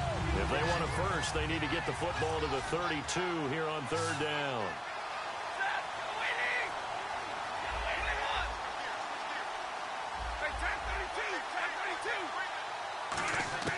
From the gun on 3rd down, Stafford. Allen Robinson, the intended receiver. Now 4th down. Well, we're not playing 3 yards in a cloud of dust football anymore. I kind of get why those old school coaches sometimes didn't want to throw the football. Because if it's popped up in the air, it almost turns into slow motion. And both sides trying to get to the football, and you're holding your breath wondering whether it's going to go good or bad for your team. They snap it to Stafford. He gets it into the hands of Larry Fitzgerald. And he picks up the first before he's taken down at the 29. I remember in pregame when we were talking to him on the field, and he took his gloves off and showed us his fingers. A few misshapen ones in there, and now we know why, trying to catch those types of bullets. That was a dart. Yeah, even for a talented receiver, those are tough to hang on to. And on the outside, they're playing press coverage. Stafford looking for his running back, and he's got it. 5 yards on the pickup, and that'll bring up 2nd down. Now that's the type of play that gives you a chance to win. Nothing forced downfield where you don't have a guy open. Swing it out to the back, on maybe even check it down, whatever you want to call it. Gain of 5. You're just trying to get 4 on 1st down. They're ahead of the chains now. Throwing again at Stafford. He's going to find his running back. It's complete.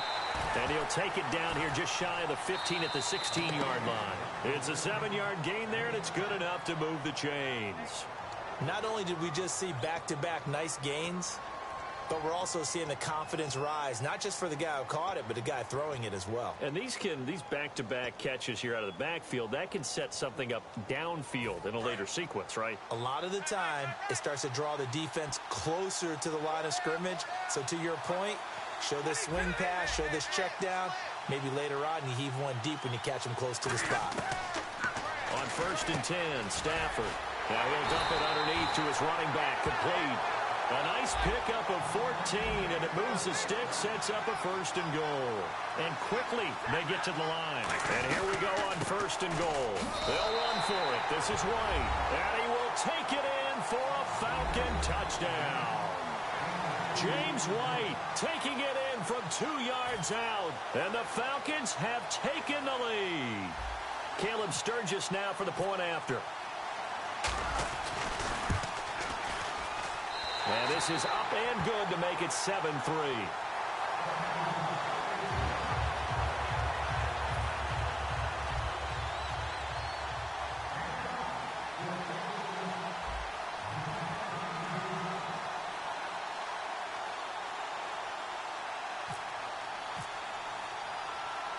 Atlanta's 11 ready to go, and they kick it away. This is fielded at the goal line. And not a bad return here. He gets it out to the 25-yard line. And now the Buccaneers offense gets set to head back onto the field. And with time quickly fading here in the second quarter, not sure how aggressively, offensively they want to play this. I think we'll find out just how much they trust their guys in this situation if they decide to take a shot. And it pops free. The collision there jarred the ball loose and brings up second down.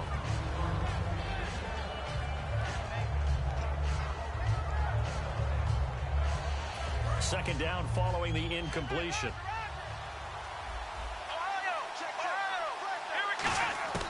On second down, McNair.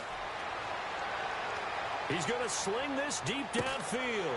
A 50-50 ball here, and it's intercepted. Picked up by Paul Krause. And his guys have got it back at the closing stages of the first half. Atlanta now coming out on the field. And from this spot in the field with the clock where it's at, you think we're just going to see a knee and that's it? And I think in this situation, that's the proper play. But we do know there's some risk takers out there that may want to take one more shot before the clock runs out. Now with a play clock at 4, we're going to get a timeout call. So that means they're down to 1 remaining here as we head toward halftime.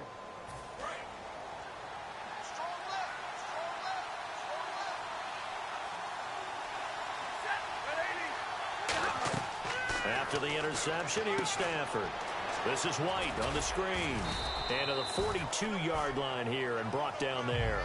So 2 quarters, and Larry apparently very brief in his report. Thanks anyway, my man, as we're already set for action. Both teams appear ready for the fight ahead, and we resume action here in quarter number 3. That's fielded in the end zone. And no run back here. This will be a touchback, and it comes out to the 25-yard line. Atlanta now coming out on the field. They have the lead. Now they'll be looking for some separation here as we begin the third quarter. I like the way you term that because now I think they go a little bit deeper into their playbook. They like what they did in the first half. That worked okay. But in order to get the separation that you just talked about, change things up a little bit.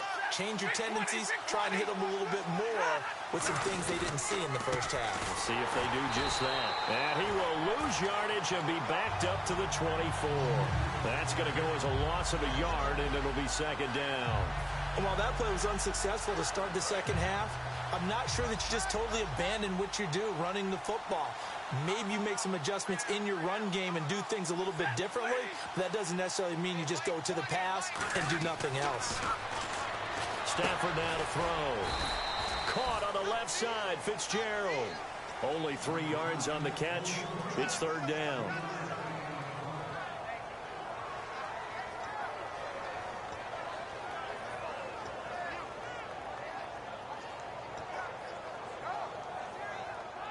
So completion on second down, that brings up third.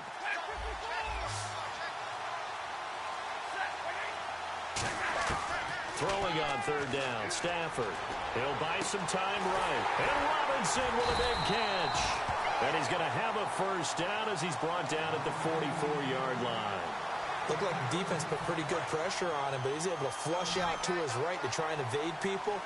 On the run, had to get on his horse. Still accurately throws a nice pass for a first down. They go play action here on first down. Looking for his tight end, fouls, and it's intercepted. Darius Slay with a pick. And they get the football. They'll set up shop at their own 49-yard line. Here comes the Buccaneers offense. They get their first reps of the second half.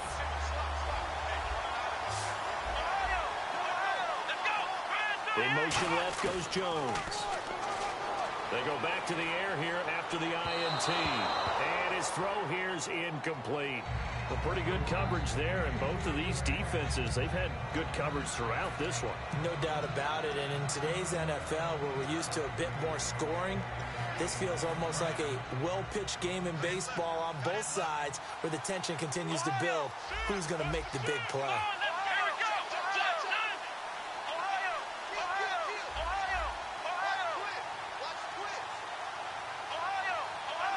And they'll send the slot in motion left. To throw, McNair. on the right side by Jones. And he's able to get this one down to the 40-yard line. He had time, was able to survey the field and find a soft spot in that zone coverage. And that's where it gets difficult for a defender, Brandon. You go to your spots on the field that you have to cover, and when the offense finds an area that you're not in, that's where they throw the football. Now a play fake here on first down. And this is caught. It's Jimmy Graham. Give him 11 on the gain there. And the Buccaneers are going to have a first down. So much goes into a successful play, doesn't it? How about that play action there? Freezing the defense just enough to swing the tight end free downfield for the completion. Jones now in motion left. McNair to throw. This complete to Jones. And taking it to the 15-yard line before he's brought down. They give him 13 yards there on the play and a fresh set of downs. And the wideout in motion. From the red zone now, they'll look to throw. And unable to connect on the long pass. It falls down incomplete. I hope I don't sound too rah-rah on that one, but that's the exact right throw. Either your receiver gets it or no one gets it. Give him a lot of credit for being really precise with it. Got rid of it. No one got it.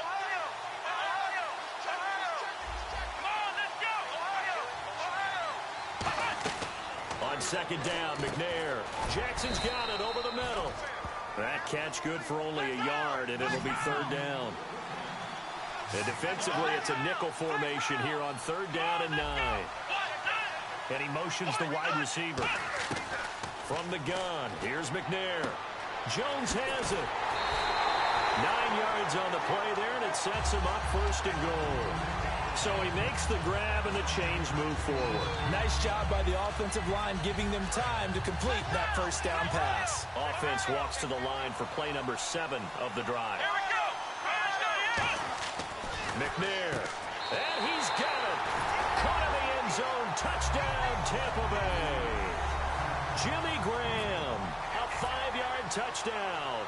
And the Bucs are going to retake the lead. Well, the lost sleep that the defensive coordinator had all week preparing for this game, a good portion of it was trying to prepare for him because he's absolutely a phenomenal player. And a lot of times around the goal line, they know it's going to him. It's just so hard to stop. And that's where it really becomes difficult because you're exactly right. They know it's going to him, yet they still can't stop it. That tells you when you're a dominant player. And he probably should have stayed in the end zone as he'll muster a return up to only the 14-yard line. And the Falcons now making their way back out onto the field. They begin the drive on the ground. It's White. And he is going to lose yardage here. It's a loss of 2 there, bringing up second down. Oftentimes when you're not winning at the point of attack for an offensive line, maybe they're getting out physical. Spread things out a little bit, make it more of a one-on-one blocking scheme. Then you don't have to win it physically. You just have to win it by position. That may open things up for your running backs. And for a third time tonight, he's intercepted. A great read, and it's picked off. And the return will stop right around the 25. Now the Buccaneers offensive unit back out on the field. And that last drive, so effective in the passing game, resulting in the touchdown. Maybe not many people were focused on the trenches. There was good protection there. Excellent protection. So now defensively, you've almost got to get down to those starters blocks. And he's into the end zone for a Tampa Bay touchdown. Thomas rolls 24 yards. And the Bucs capitalize on the short field as they take it in for 6. It's good to make it 17-7.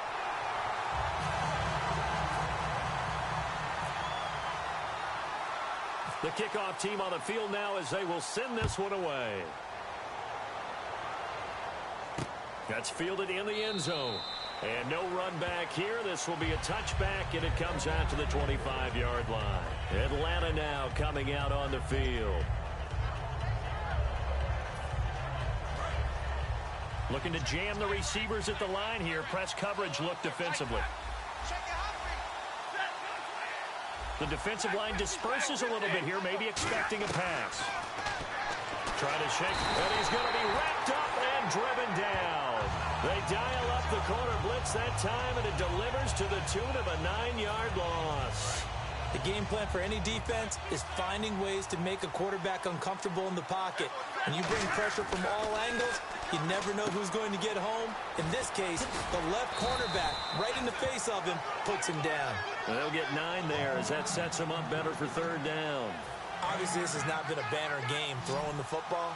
So what you got to do, you got to kind of down focus, don't you think? Find the tight end, take some easier completions. Interception last drive. There he hits the reliable target. Back to throw. Stafford. Wide open receiver complete. 19 yards that time for number 19. Now, this will probably be the last play of the quarter. Back now here on EA Sports. First down and 10 now for the offensive group.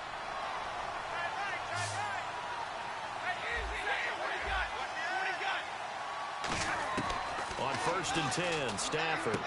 Oh, he's got a man wide open, complete. Give him 22 on that one. And the Falcons are going to get a first. Looking to speed things up here, going with some tempo. Stafford. And his throw's going to be incomplete.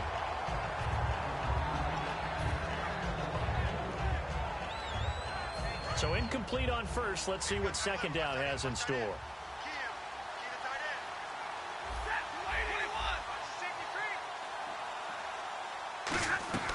Back to the air. Stafford on second down. And Walker with it over the middle. And he gets this one all the way down inside the 15. So here we go, first and 10 now. Partner, it's a lot of fun watching the NFL now, isn't it? Because when the big fella runs routes, it used to be when we were kids, he'd run about 3 different routes, and that was it. Now he can run anything and catch the balls we just saw there.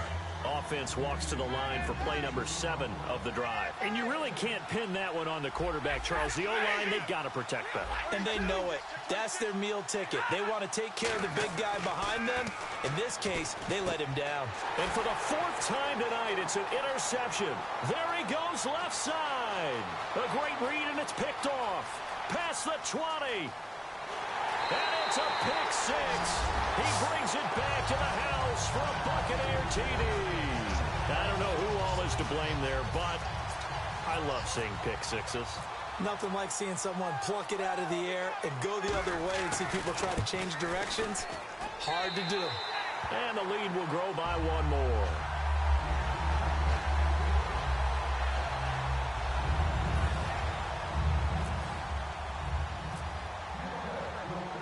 So they throw the pick 6. They'll get another shot at it now as this one's in the air. This is fielded a couple yards deep. And the decision to come out is going to cost him 5 yards with a new rule as he's taken down right at the 20-yard line. Here comes the Atlanta offense now ready to take over here. And following the pick 6, and they have decent field position in throwing that pick 6. We'll see how they attack this drive. And I think all you say to your guy is, listen, let's just take care of the football a little bit better. Make some better decisions on this drive, and they'll probably help him a little bit with maybe some really high percentage throws early to let him get settled back in. But they told him, and they told us, they've got confidence. That's not a problem. And now here is another interception. Picked off by the Pro Bowler, Anthony Barr. And he is going.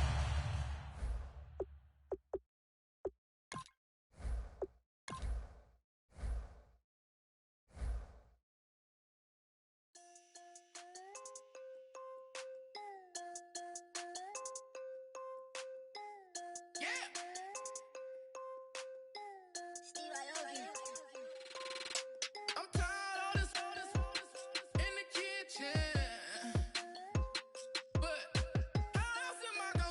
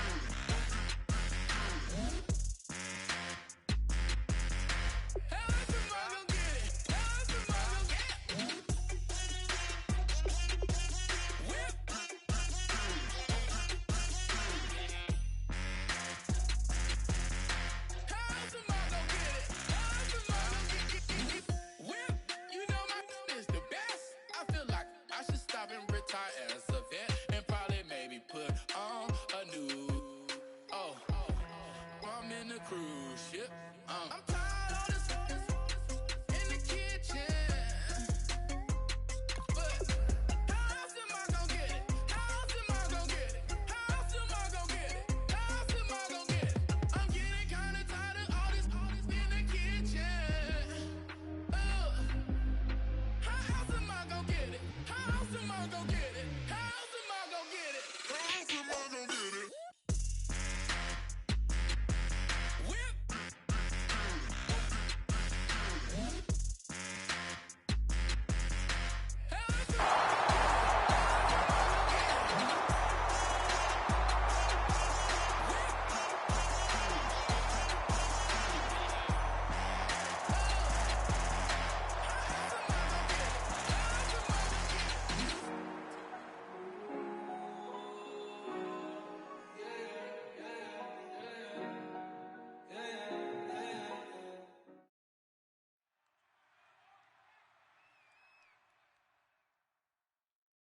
Charles and I set for this Madden Ultimate Team matchup as we get a peek some of the stars in today's game. Well, will they be stars? Will you be a star? We'll find out. Let's play.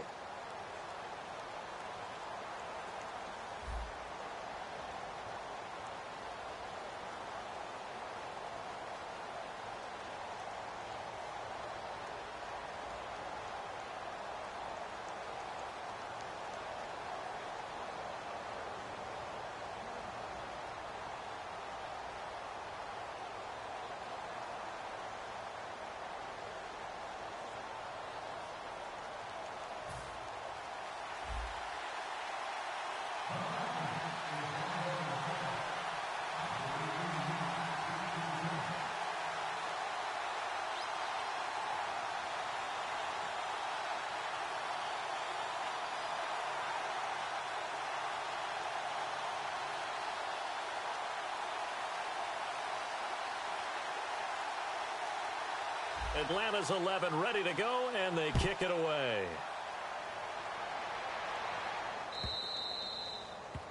And this kick goes out of bounds, and that's obviously why the flag comes out here. And now you can see the defense greeting the kicker as they go out to play. The starting field position for the offense is excellent, puts a lot more pressure on the defensive guys. Yeah, and if the kicker thinks he's lonesome, he's really lonesome after a play like this. Yeah, he better hope that he's lonesome, because who's ever standing next to him is probably on the defensive side, and they're none too happy.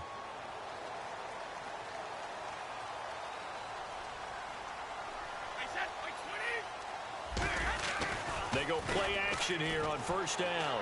Oh, he's going to air it out right away. And this is caught inside the 5. And he'll take it into the end zone for a Cowboy touchdown. Emmanuel Sanders, 60 yards. And the Cowboys have taken the early lead.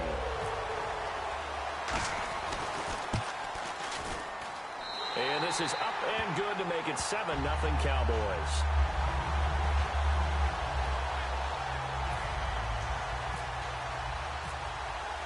The kick team out there for the Cowboys as they run up to send this one away. This is fielded a couple yards deep.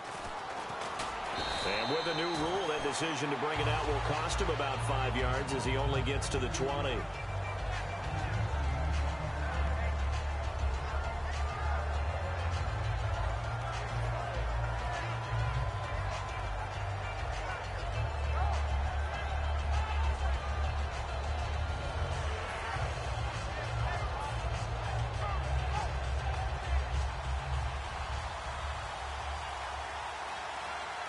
The play clock's running down.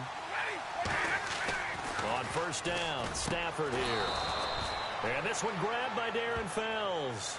15 yards through the air on a first down. Completion was given up, but that's why you play zone defense, so that you can have people around the ball when it's caught, and you don't give up much run after the catch.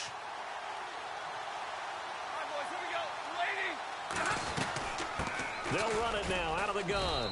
And he'll get this one up to about the 39 here. And give him 4 yards there. It'll be 2nd and 6. Not a run that you're going to write home about, but still a good first down run. That's what an offense calls staying on schedule. 3 to 4 yards on first down, you're set up very well for the rest of the drive. Well, Stafford goes underneath here to White. And taking it across midfield and inside the 45. They call it a gain of 19, and it moves the chains. We can talk all we want about football being a game of strength and brawn. It's also a game of mismatches, and they're trying to create one there, getting it to their back out of the backfield to make a bigger play. As we often say, get it to him in space, let him use his leg. Yeah, if he can get a matchup against a linebacker or maybe a defensive end dropping out in a zone blitz, he's going to win that battle just about every time. Give him a couple on the carry there, 2nd and 8.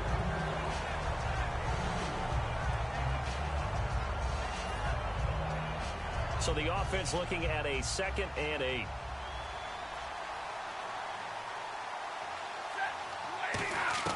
To throw on 2nd down is Stafford. And he's going to find his man out of the backfield. That's complete. A good pickup there of 20 yards. One of the feature points of the in route is being able to make a nice throw to the middle part of the field. And for a quarterback, that's one of the better throws and better looks that he'll get. But he has to be careful not to wait too long and let his receiver wander into some tough territory. If he's late with the ball, he can get his receiver hit and hit hard. He couldn't quite hold it. Got hit. Ball pops out. Incomplete. And here comes play number 6 on this drive.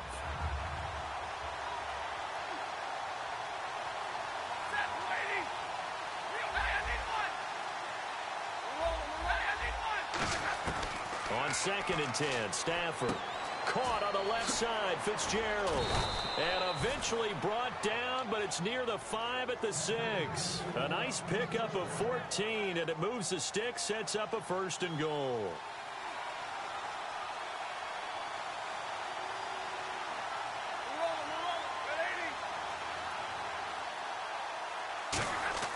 To the air again, Stafford. That's caught at the 1. It's a gain of 6 on the play, and that'll make it 2nd and goal. Seeing that play and understanding just how tough it is to cover tight ends, especially the ones running around the NFL nowadays, makes me glad I didn't make it in that league. I would have had a really difficult time. But now you get to sit up here with me. Yeah, and that's fun, isn't it? And what a really nice gain right there on 1st down for them. Brings up a nice 2nd down for them. Here's Fowler, the fullback. And he gets in. Touchdown, Atlanta. Jalston Fowler taking it in. And the Falcons are an extra point away from tying the football game. And that's why you have the fullback, Charles. Couldn't get it in the play before with a smaller guy. Turned to a little more power. They score it. And that has to warm the hearts of a lot of old school football fans. They love when they get to see a little bit of power football.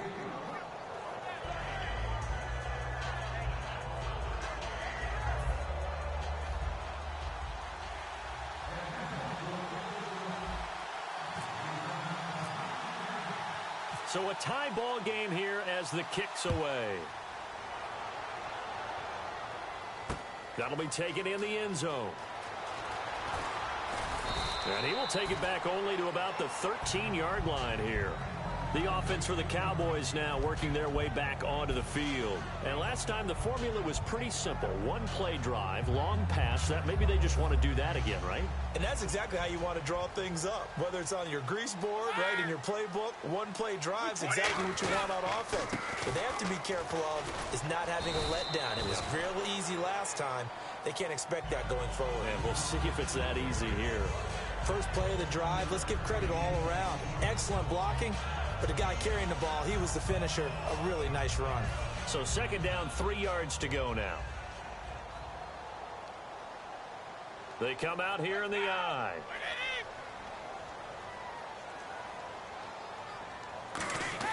On 2nd down, here's Brady. He has Britt over the middle. That throw good for only a couple. It brings up 3rd down.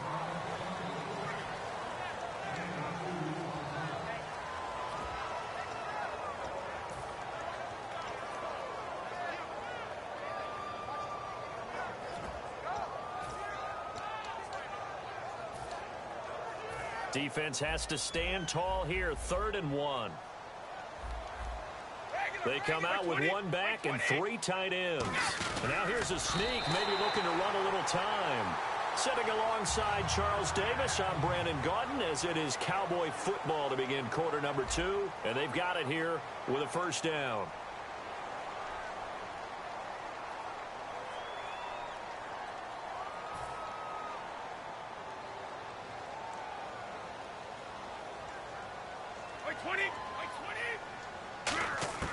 Now this time, Brady will throw. And he'll check this one down to McCoy. And they'll get it up just short of the 45 at the 44. It's a pickup of 19. And that leads to a Dallas first down. I'm going to show my age here a little bit. We used to talk about running backs catching the ball as safety valves. Nowadays, they're a big part of the passing offense. Quit acting like you're so old. You're only 65. McCoy. And he's swallowed up right near the line of scrimmage. No gain on the play. It'll be second down. Kind of running there at your own risk against that 4-3 and that big line, aren't you? Yeah, and I don't really run it against a good 4-3 team that well because I've got to get those guys on the move a little bit. If you're a static running team, meaning you just want to run it in the middle, you may have some trouble against good defensive tackles. That's what we just saw on that play. No gain. Brady to throw on second down. And on the catch right side, this is Sanders. And taking it across midfield and just shy of the 40. 15 yards through the air and a first down. That was a nice completion on an out route. And those types of plays are the result of arm strength by the quarterback and timing by the receiver.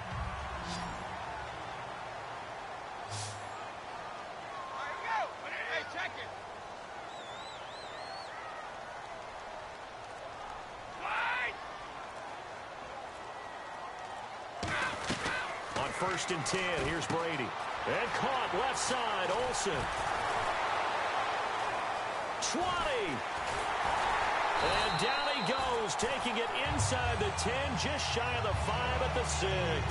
As we continue to advance in the NFL, as people continue to scout players, they really don't care as much about body types as they care about those guys who can make people miss, run through tackles, and gain all that additional run after catch.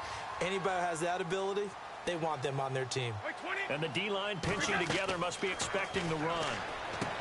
Now Brady, he'll set up the screen to McCoy. 2 minutes to play in a tightly contested first half. We're back to Arlington right after this timeout.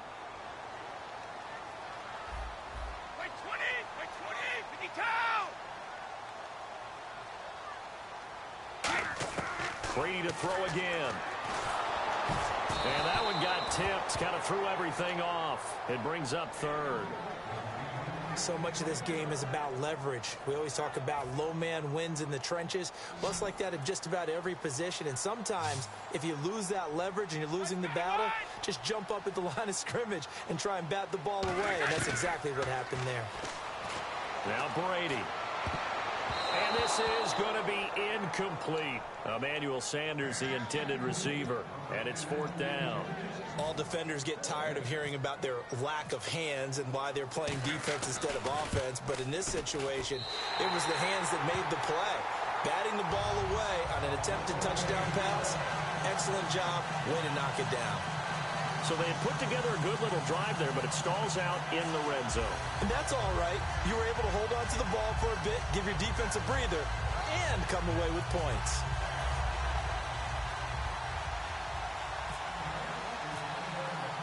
Out is the kickoff unit as they run up and send this one away. On the return, the old reliable Devin Hester, the veteran. And he'll take this across the 25, couple extra yards, up to the 27-yard line. Now the Falcons offense, they get ready to head back out here. And they're hoping to capture some of that magic they had last time out when they were able to put together a scoring drive. But they're still down here, Charles. Not the major concern, though, because of what you talked about. They scored the last time out. They feel good about themselves. They feel like their game plan is now in effect. They know how to attack and what plays they want to put together. But they've got to keep it moving in the right direction because, as you did note, they are... Touchdown, Falcons! James White, 73 yards. And the Falcons have retaken the lead. Well called, well blocked, and then he just made a great play. That was an athlete going a long way. Yeah, how about the suddenness, too, of just getting there and taking off and going? For the defensive guys, plays like that really hurt.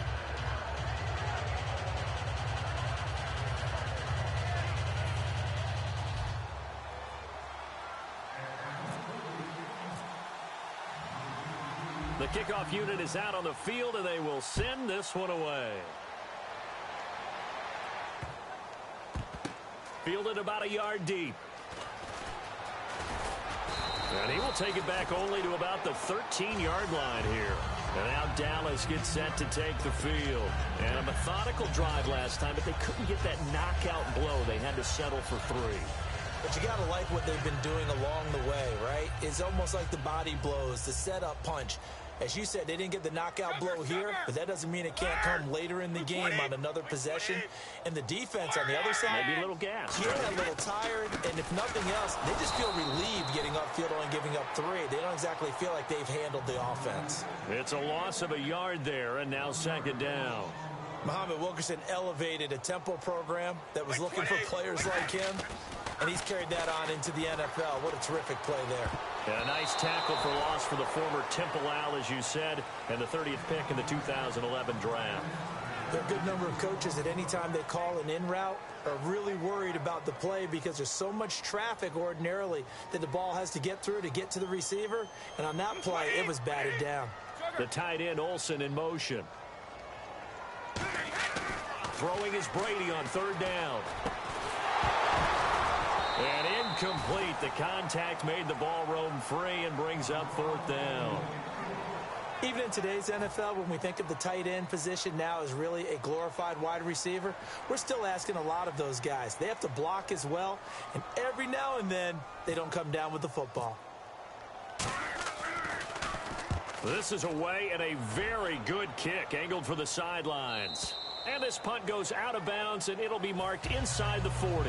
Here comes the Falcon offense now as they get set to take over here. And coming off a one-play drive that was so deflating for the defense, what's their mentality? How do they rally here and stop this offense? Well, hopefully there's some determination that sets in because they weren't ready to go on the last one. Give all the credit to the offensive guys for getting it done, but to allow a run of that length, that's just not being prepared. So now, are they determined? Are they ready to read their keys and make the proper plays? And we'll see how determined they are. Now it's Stafford. Forced out to his left. And he's able to get this one out closer to midfield across the 45. They get 5 out of that one, and it moves the chains. Fresh set of downs here. That was an excellent job of recognizing the situation. His first read wasn't there. Heck, his second read wasn't there. But he bought himself a little extra time scrambling out of the pocket, got to the sticks, and picked up the 1st down. 15 yards there for number 15. Everything about that play was beautiful. A great corner route where the receiver worked the defensive back inside and then broke back to the outside to the corner. But how about the throw by the quarterback? Anticipation on the break from inside to outside. He threw the football. As the receiver turned around, the ball greeted him. Toward the sideline, and look at that catch. Dragging the toes, and that's going to be a 1st down. Well done. And defensively, they were in zone coverage there. Do you have to be a little careful? You're losing, playing against a good quarterback like he is, to not play too much zone? Yeah, you have to be careful about how much time you're giving up. I think it's a good point you just brought up. So maybe if you still want to play zone, you go to a zone blitz scheme. And he'll take it into the end zone. Touchdown, Atlanta. Larry Fitzgerald, an 18-yard touchdown grab. And the Falcons will extend their lead. And that'll give them a 2-score lead here, but I'm looking ahead. They just want to hold it for the final moments here of the 2nd quarter. They don't want to give up anything on the other side. No, not at all, because if they don't, it almost had the feel of an imposing their will score. And right now, they want to make sure they keep that and carry it into the 2nd half. Set now to kick this one away, and off it goes. Fielded about a yard deep. And some good coverage there by the kick team as they'll bring him down at the 16-yard line. And now here come the Cowboys. And the ball backed way up. So thinking with this amount of time on the clock, probably just sit on it, and we'll see these two teams go to the lockers. Yeah, I don't think you want to overthink it in this situation. Either side of the ball. Just go ahead and finish up the half and get on out and talk about it. Looking for Sanders here on the deep ball. And that's caught inside the 35. Touchdown, Cowboys! Emmanuel Sanders in the final seconds of the 1st half. And the Cowboys are able to show off their quick strike ability. Well, this could be a big turnaround. They get the touchdown here in the final moments of the second quarter. And remember, Charles, they're going to get the ball to start quarter number 3 as well. So what you're saying is if they take the ball down to start the second half and score again, it could change the entire complexion of this game, couldn't it? Absolutely. This is taken about 7 yards deep. And not wanting to risk anything here late in the half, he'll just take a knee, and they'll bring the football out to the 25. Now the Falcons offense gets ready to head back onto the field. And from this spot in the field with the clock where it's at, you think we're just going to see a knee and that's it? And I think in this situation, that's the proper play. But we do know there's some risk takers out there that may want to take one more shot before. And now a timeout called by the Cowboys defense. So as they take it over, we step aside.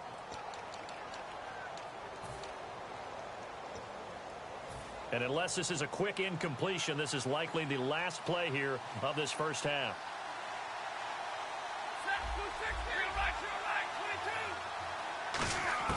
The final shot before the break, Stafford. And he'll be hit as he releases it, and that'll fall incomplete. First half in the books. You're watching the NFL on EA Sports.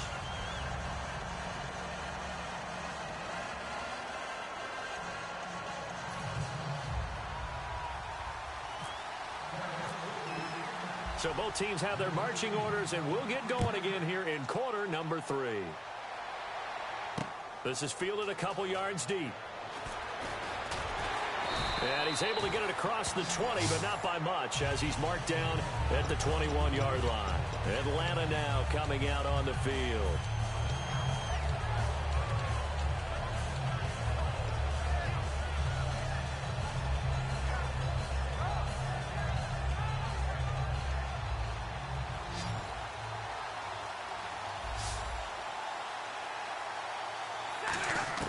Stafford on first down. Got a man over the middle, and it's complete. The 20, 10, touchdown, Falcons. Adam Thielen, 79 yards. And the Falcons will add on to their lead. And correct me if I'm wrong, that was just a simple fly route, wasn't it? No, there's nothing to correct at all. You've got it down pat. And I just remember as a player, when I'd be in practice sessions, and I'd hear 9 from the receivers, that meant fly route, go, look out. That was the 9, and he just kept going all the way into the end zone for the touchdown. And he is out of bounds here on the return. The Cowboys offense now, they head out for their first possession of the second half. They trail offense, first time to touch the ball in quarter 3, and we'll see what they can do. And I can't wait to see what they have planned, because some teams script to start a half. Other teams just go, okay, these are the sequence of plays we want to run. These things worked well for us. And sometimes they throw in that big chunk play right away. Shocker. Try and get after them early and try and create a big play to give themselves some momentum. See what they have up their sleeve. Just a yard on the first down carry, so it's 2nd and 9. Partner, you know I love to point out when teams break tendency and do something a little bit different from the norm. But when you run the ball in the first play of the drive, that's not a tendency breaker at all. That's just trying to establish yourself as you move forward. And after the play on the ground, that brings up 2nd down here.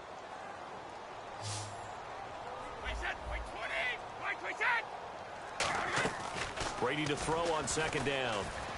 Caught here left side by Brett. And he's able to get out to the 32, brought down there. 6 yards is the pickup, and that'll lead to a 3rd down. Well, they get the completed pass, but still have more to go here on 3rd down. They'll send a receiver here in motion right.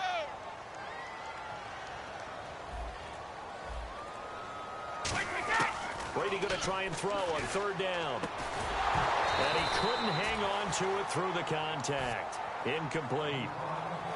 That was a classic example of trying to run with the ball without securing the catch. He was thinking about those rack yards instead of making the catch first and then taking off.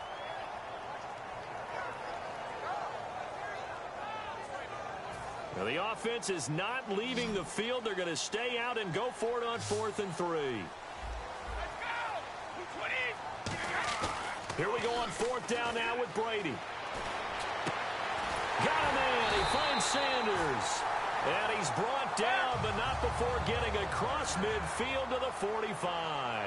And at this stage, down in the second half, looks like they just wanted to find a way to get it in the hands of their playmaker, and they did. I think you're exactly right. I don't think the coordinator's looking at his play sheet and trying to figure out which play will work well.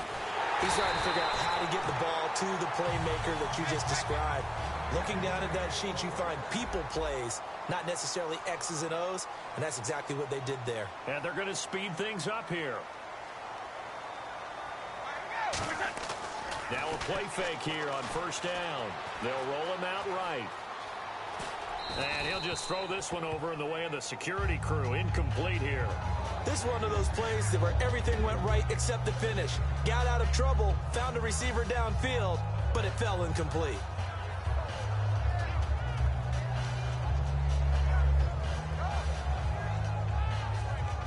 Second down here after the incomplete pass.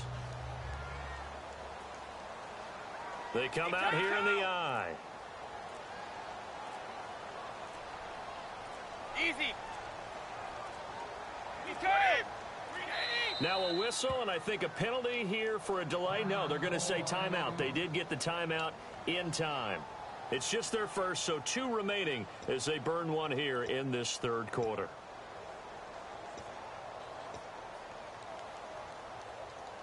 Offense looking to avoid a 3rd and long. It's 2nd and 10. 22.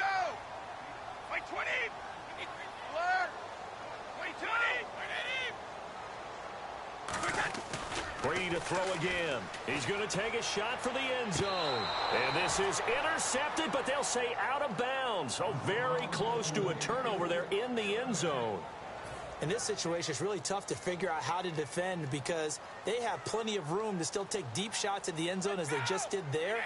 Yet at the same time, you've got to be ready for the short throw. In this case, when you see the cue that they're going for the end zone, retreat and make sure you have a way to play forward, back towards the receiver, and have a chance to bat the ball away as they did there.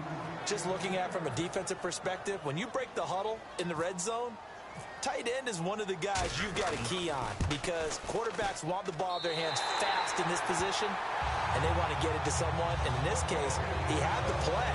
They just didn't complete it. A decent drive there to start the third quarter. They only salvaged 3 out of it, but they do inch a bit closer. Yeah, still lots of time to go in this one. Take the points, move on, and let your defense try to get the ball back.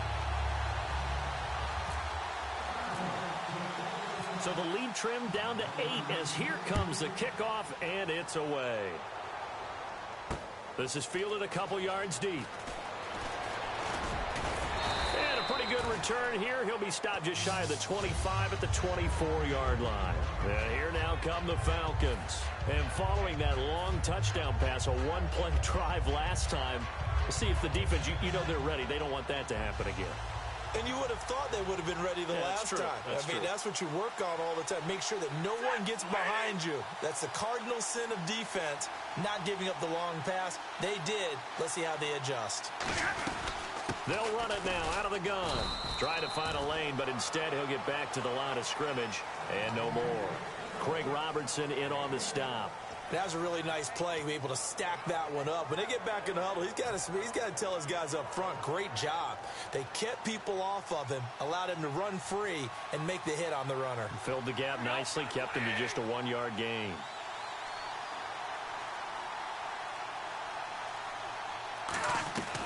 On second down, here's Stafford.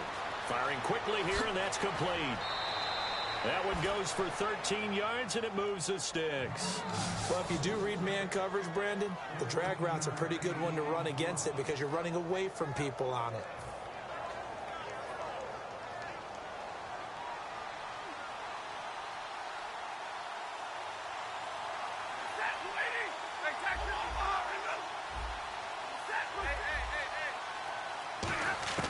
Now a first down throw, Stafford.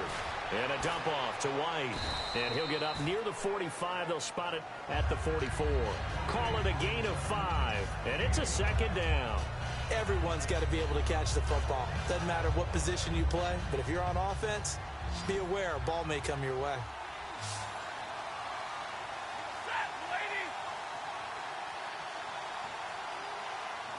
Shift together here from the D-line. Here's Stafford now on second down. Quick hitter here. It's complete. It'll go as a gain of 6 that time, and it moves the chains as well.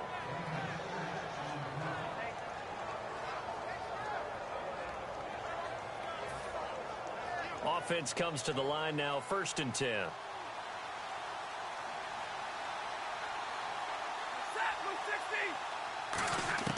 On 1st down, Stafford here. It's caught on the right side by Robinson. Touchdown, Falcons. Allen Robinson, 50 yards. And the Falcons will extend their lead. Good pass, clean catch, and a house call there on the fly route. And not that much room to operate. So that tells you about his acceleration. We always talk about being able to go from 0 to 60 real fast. Took him less time than that to get to top speed and complete that play. The kickoff team on the field now as they will send this one away. This will be fielded at the 8. And it'll be taken down just past the 20 at about the 21-yard line. Here's the Dallas offense now heading back out onto the field. And tough to win games if you're going field goal, field goal, field goal here. They got field goal last time. Now they'll be looking for a touchdown. They're looking for the big chunk now because, as you noted, the field goal way of doing it makes it that much harder and puts more pressure on every possession for you now. Go ahead and get 6 and feel a lot more comfortable about the position they're in. Bigger chunks. We'll see if they can get the score. It's a pickup of 15 and a fresh set of downs. And now it looks like they're going to be in the hurry-up.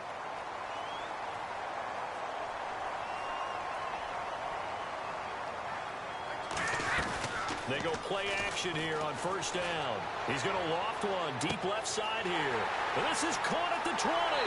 Touchdown, Cowboys. Emmanuel Sanders, 63 yards. And the Cowboys get a bit closer.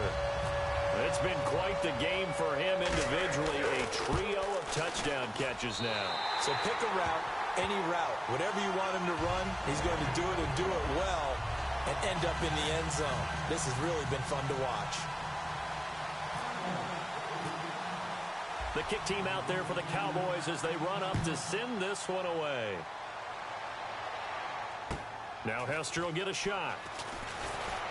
And he'll take this one near the 25, call it the 26-yard line. So out come the Falcons now.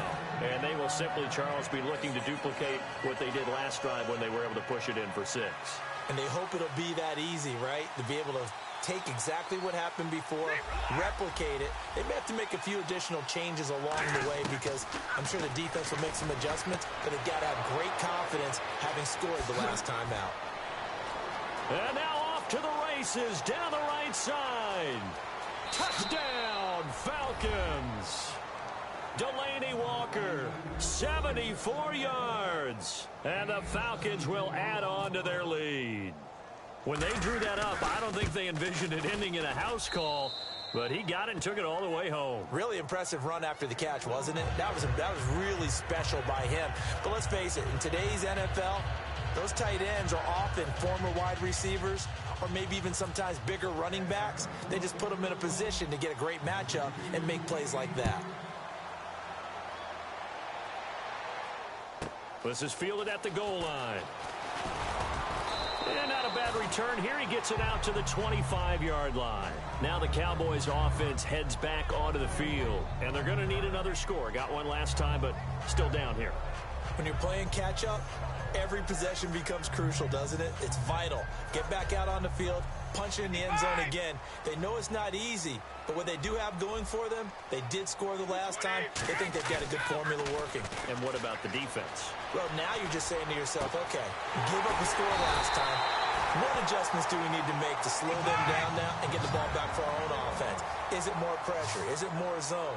What do they have to do? They're trying to figure that out themselves. We'll see if they can figure that out right here.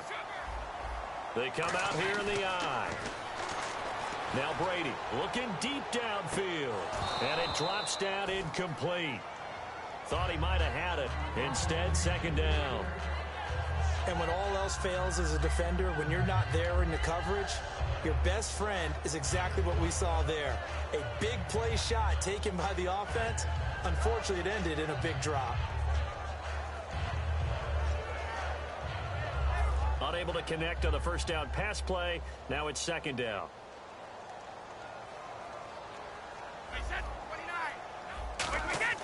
Brady to throw on second down. Allen has it, left side. And he'll go down shy of the 40 at the 41. Give him 6 on the screen, but now it's third down. Looked like the screen pass was taken away there, but what a nice job improvising, finding other options, and completing the pass anyway. To throw, it's Brady. He's going to wind up and air it out. And he knocks the ball away, and it falls incomplete. One of the toughest things about playing defensive back is pattern reading, trying to figure out what they're doing. And on that one, they had to fly, just sending a guy downfield with the in route accompanying it, what people call a dagger route, trying to hit the guy underneath after the clear out. In this case, though, they're not able to get it done. Yeah, they said forget the underneath route. They went for the guy on the fly, but as you said, incomplete. Now Brady got to have this one. And he will find his man. It's Kenny Brand. And he's going to get this one down right to the edge of the red zone of the chalk of the 20. And that's a big pickup of a first down. And you know that all week, both sides of the ball, offense and defense, are going through every situation. And in this case, the offensive guys had the right play dialed up because defensively, you work on fourth down situations as well. And deflating for the defense. They can't get the stop here.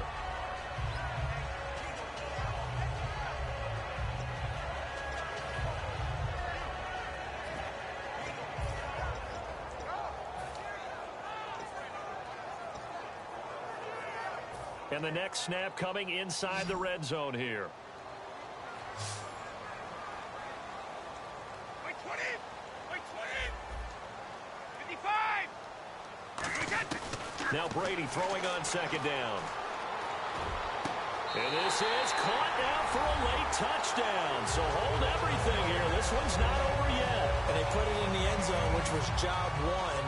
Now they have to convert. And then it's decision time, isn't it? Yeah, this is what all teams go through. You look at the clock, you're inside 2 minutes, look at your timeouts, make that onside kick decision. Yeah, how do you feel about your defense, where you are in terms of the scoreboard, and the time left on the clock, as you noted, so many things to go through. And a good job here by the Falcons. Their hands team able to recover it. And now looking at the clock here, they do have 2 timeouts, but even if they force a 3 and out, they're going to have very little time remaining. So that means they've got to be aggressive and find a way to knock the ball free. They've got to come up with it because they can't just rely, as you noted, on using their timeouts and getting the ball back. They might not have any time to mount an attack, even if they do play it that way. Get the football. That's their mantra. And now the Cowboys are going to call another timeout. That'll be their second, so one more chance to stop the clock here, and we'll be back. 2nd and 5.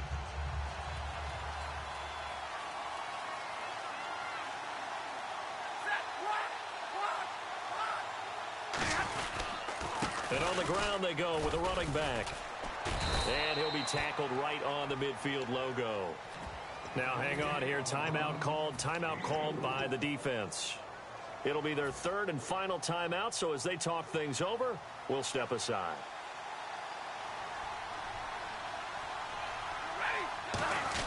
Short yardage unit out there. This is Fowler, the fullback. No gain on the play there, and it'll bring up 4th down.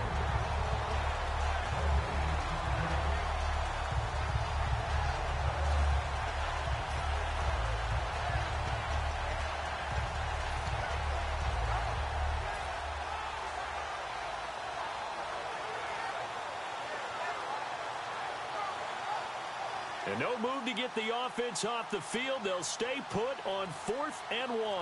They come out here in the eye.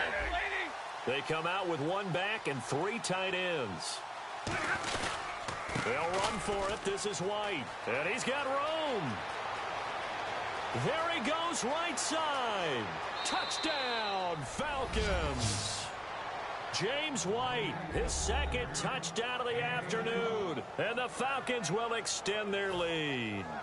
Well, it'd be real easy to say that they are firmly in control right now, but I'm looking at your face, and I'm thinking I've got to be careful with that. Well, it's a two-score game. You're inside of 2 minutes. I think you can breathe relatively easily now. Yeah, you can, but still, you got to stay vigilant. Can't give up anything cheap and easy. That could put you in some jeopardy.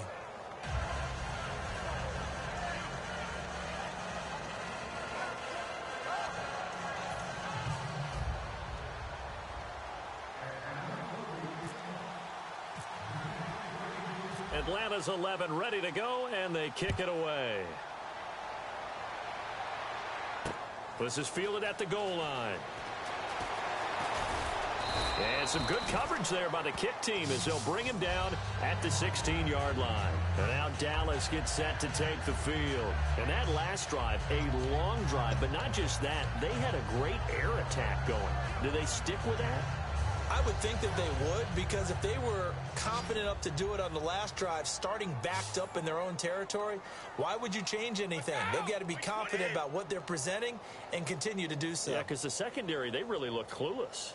And that was amazing because that drive went and went, no adjustments, and no big plays by the defense to knock the ball away.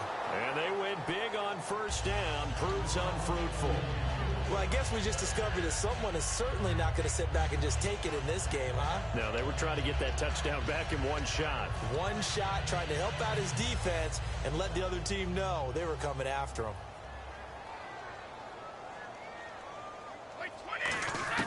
Looking back to the air on second down, it's Brady. He's got the hook up to Andre Holmes.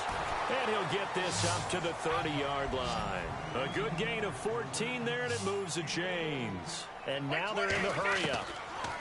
Here's Brady to throw. Going to drop this off to McCoy, complete. And he's going to be out of bounds up around the 40. He's closing in on 450 yards passing.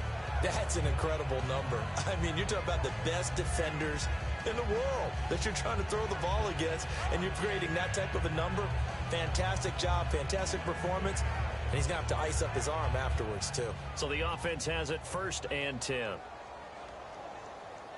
ball 66. All right, here we go. Wait, 20.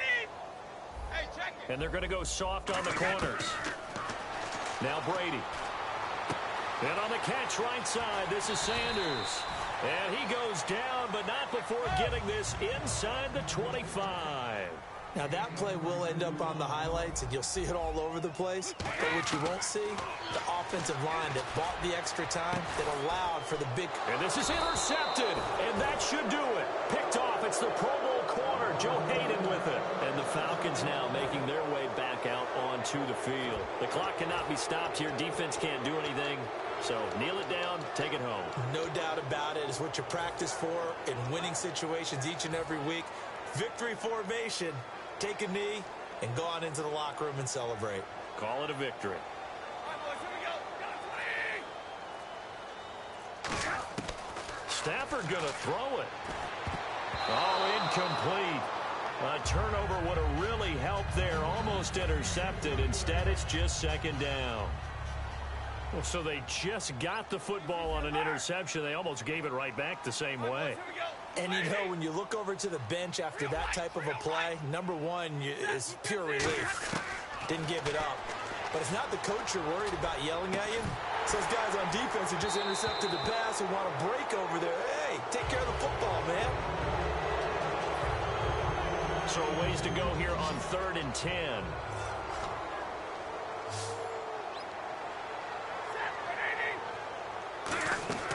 Throwing on 3rd down, Stafford.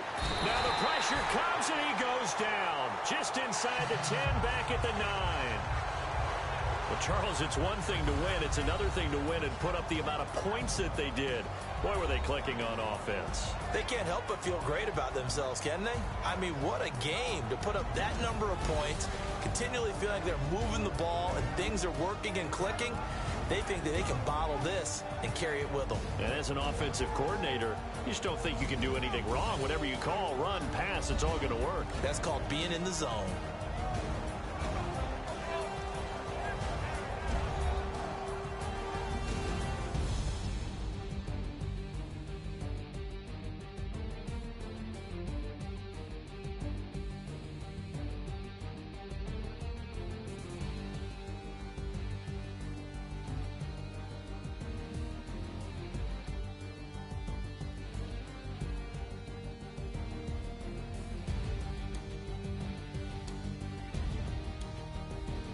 So that'll do it for us. For my partner, Charles Davis, and all the hard-working men and women on our crew, I'm Brandon Gaudin. You've been watching the NFL right here on EA Sports. With that, we say so long from Big D.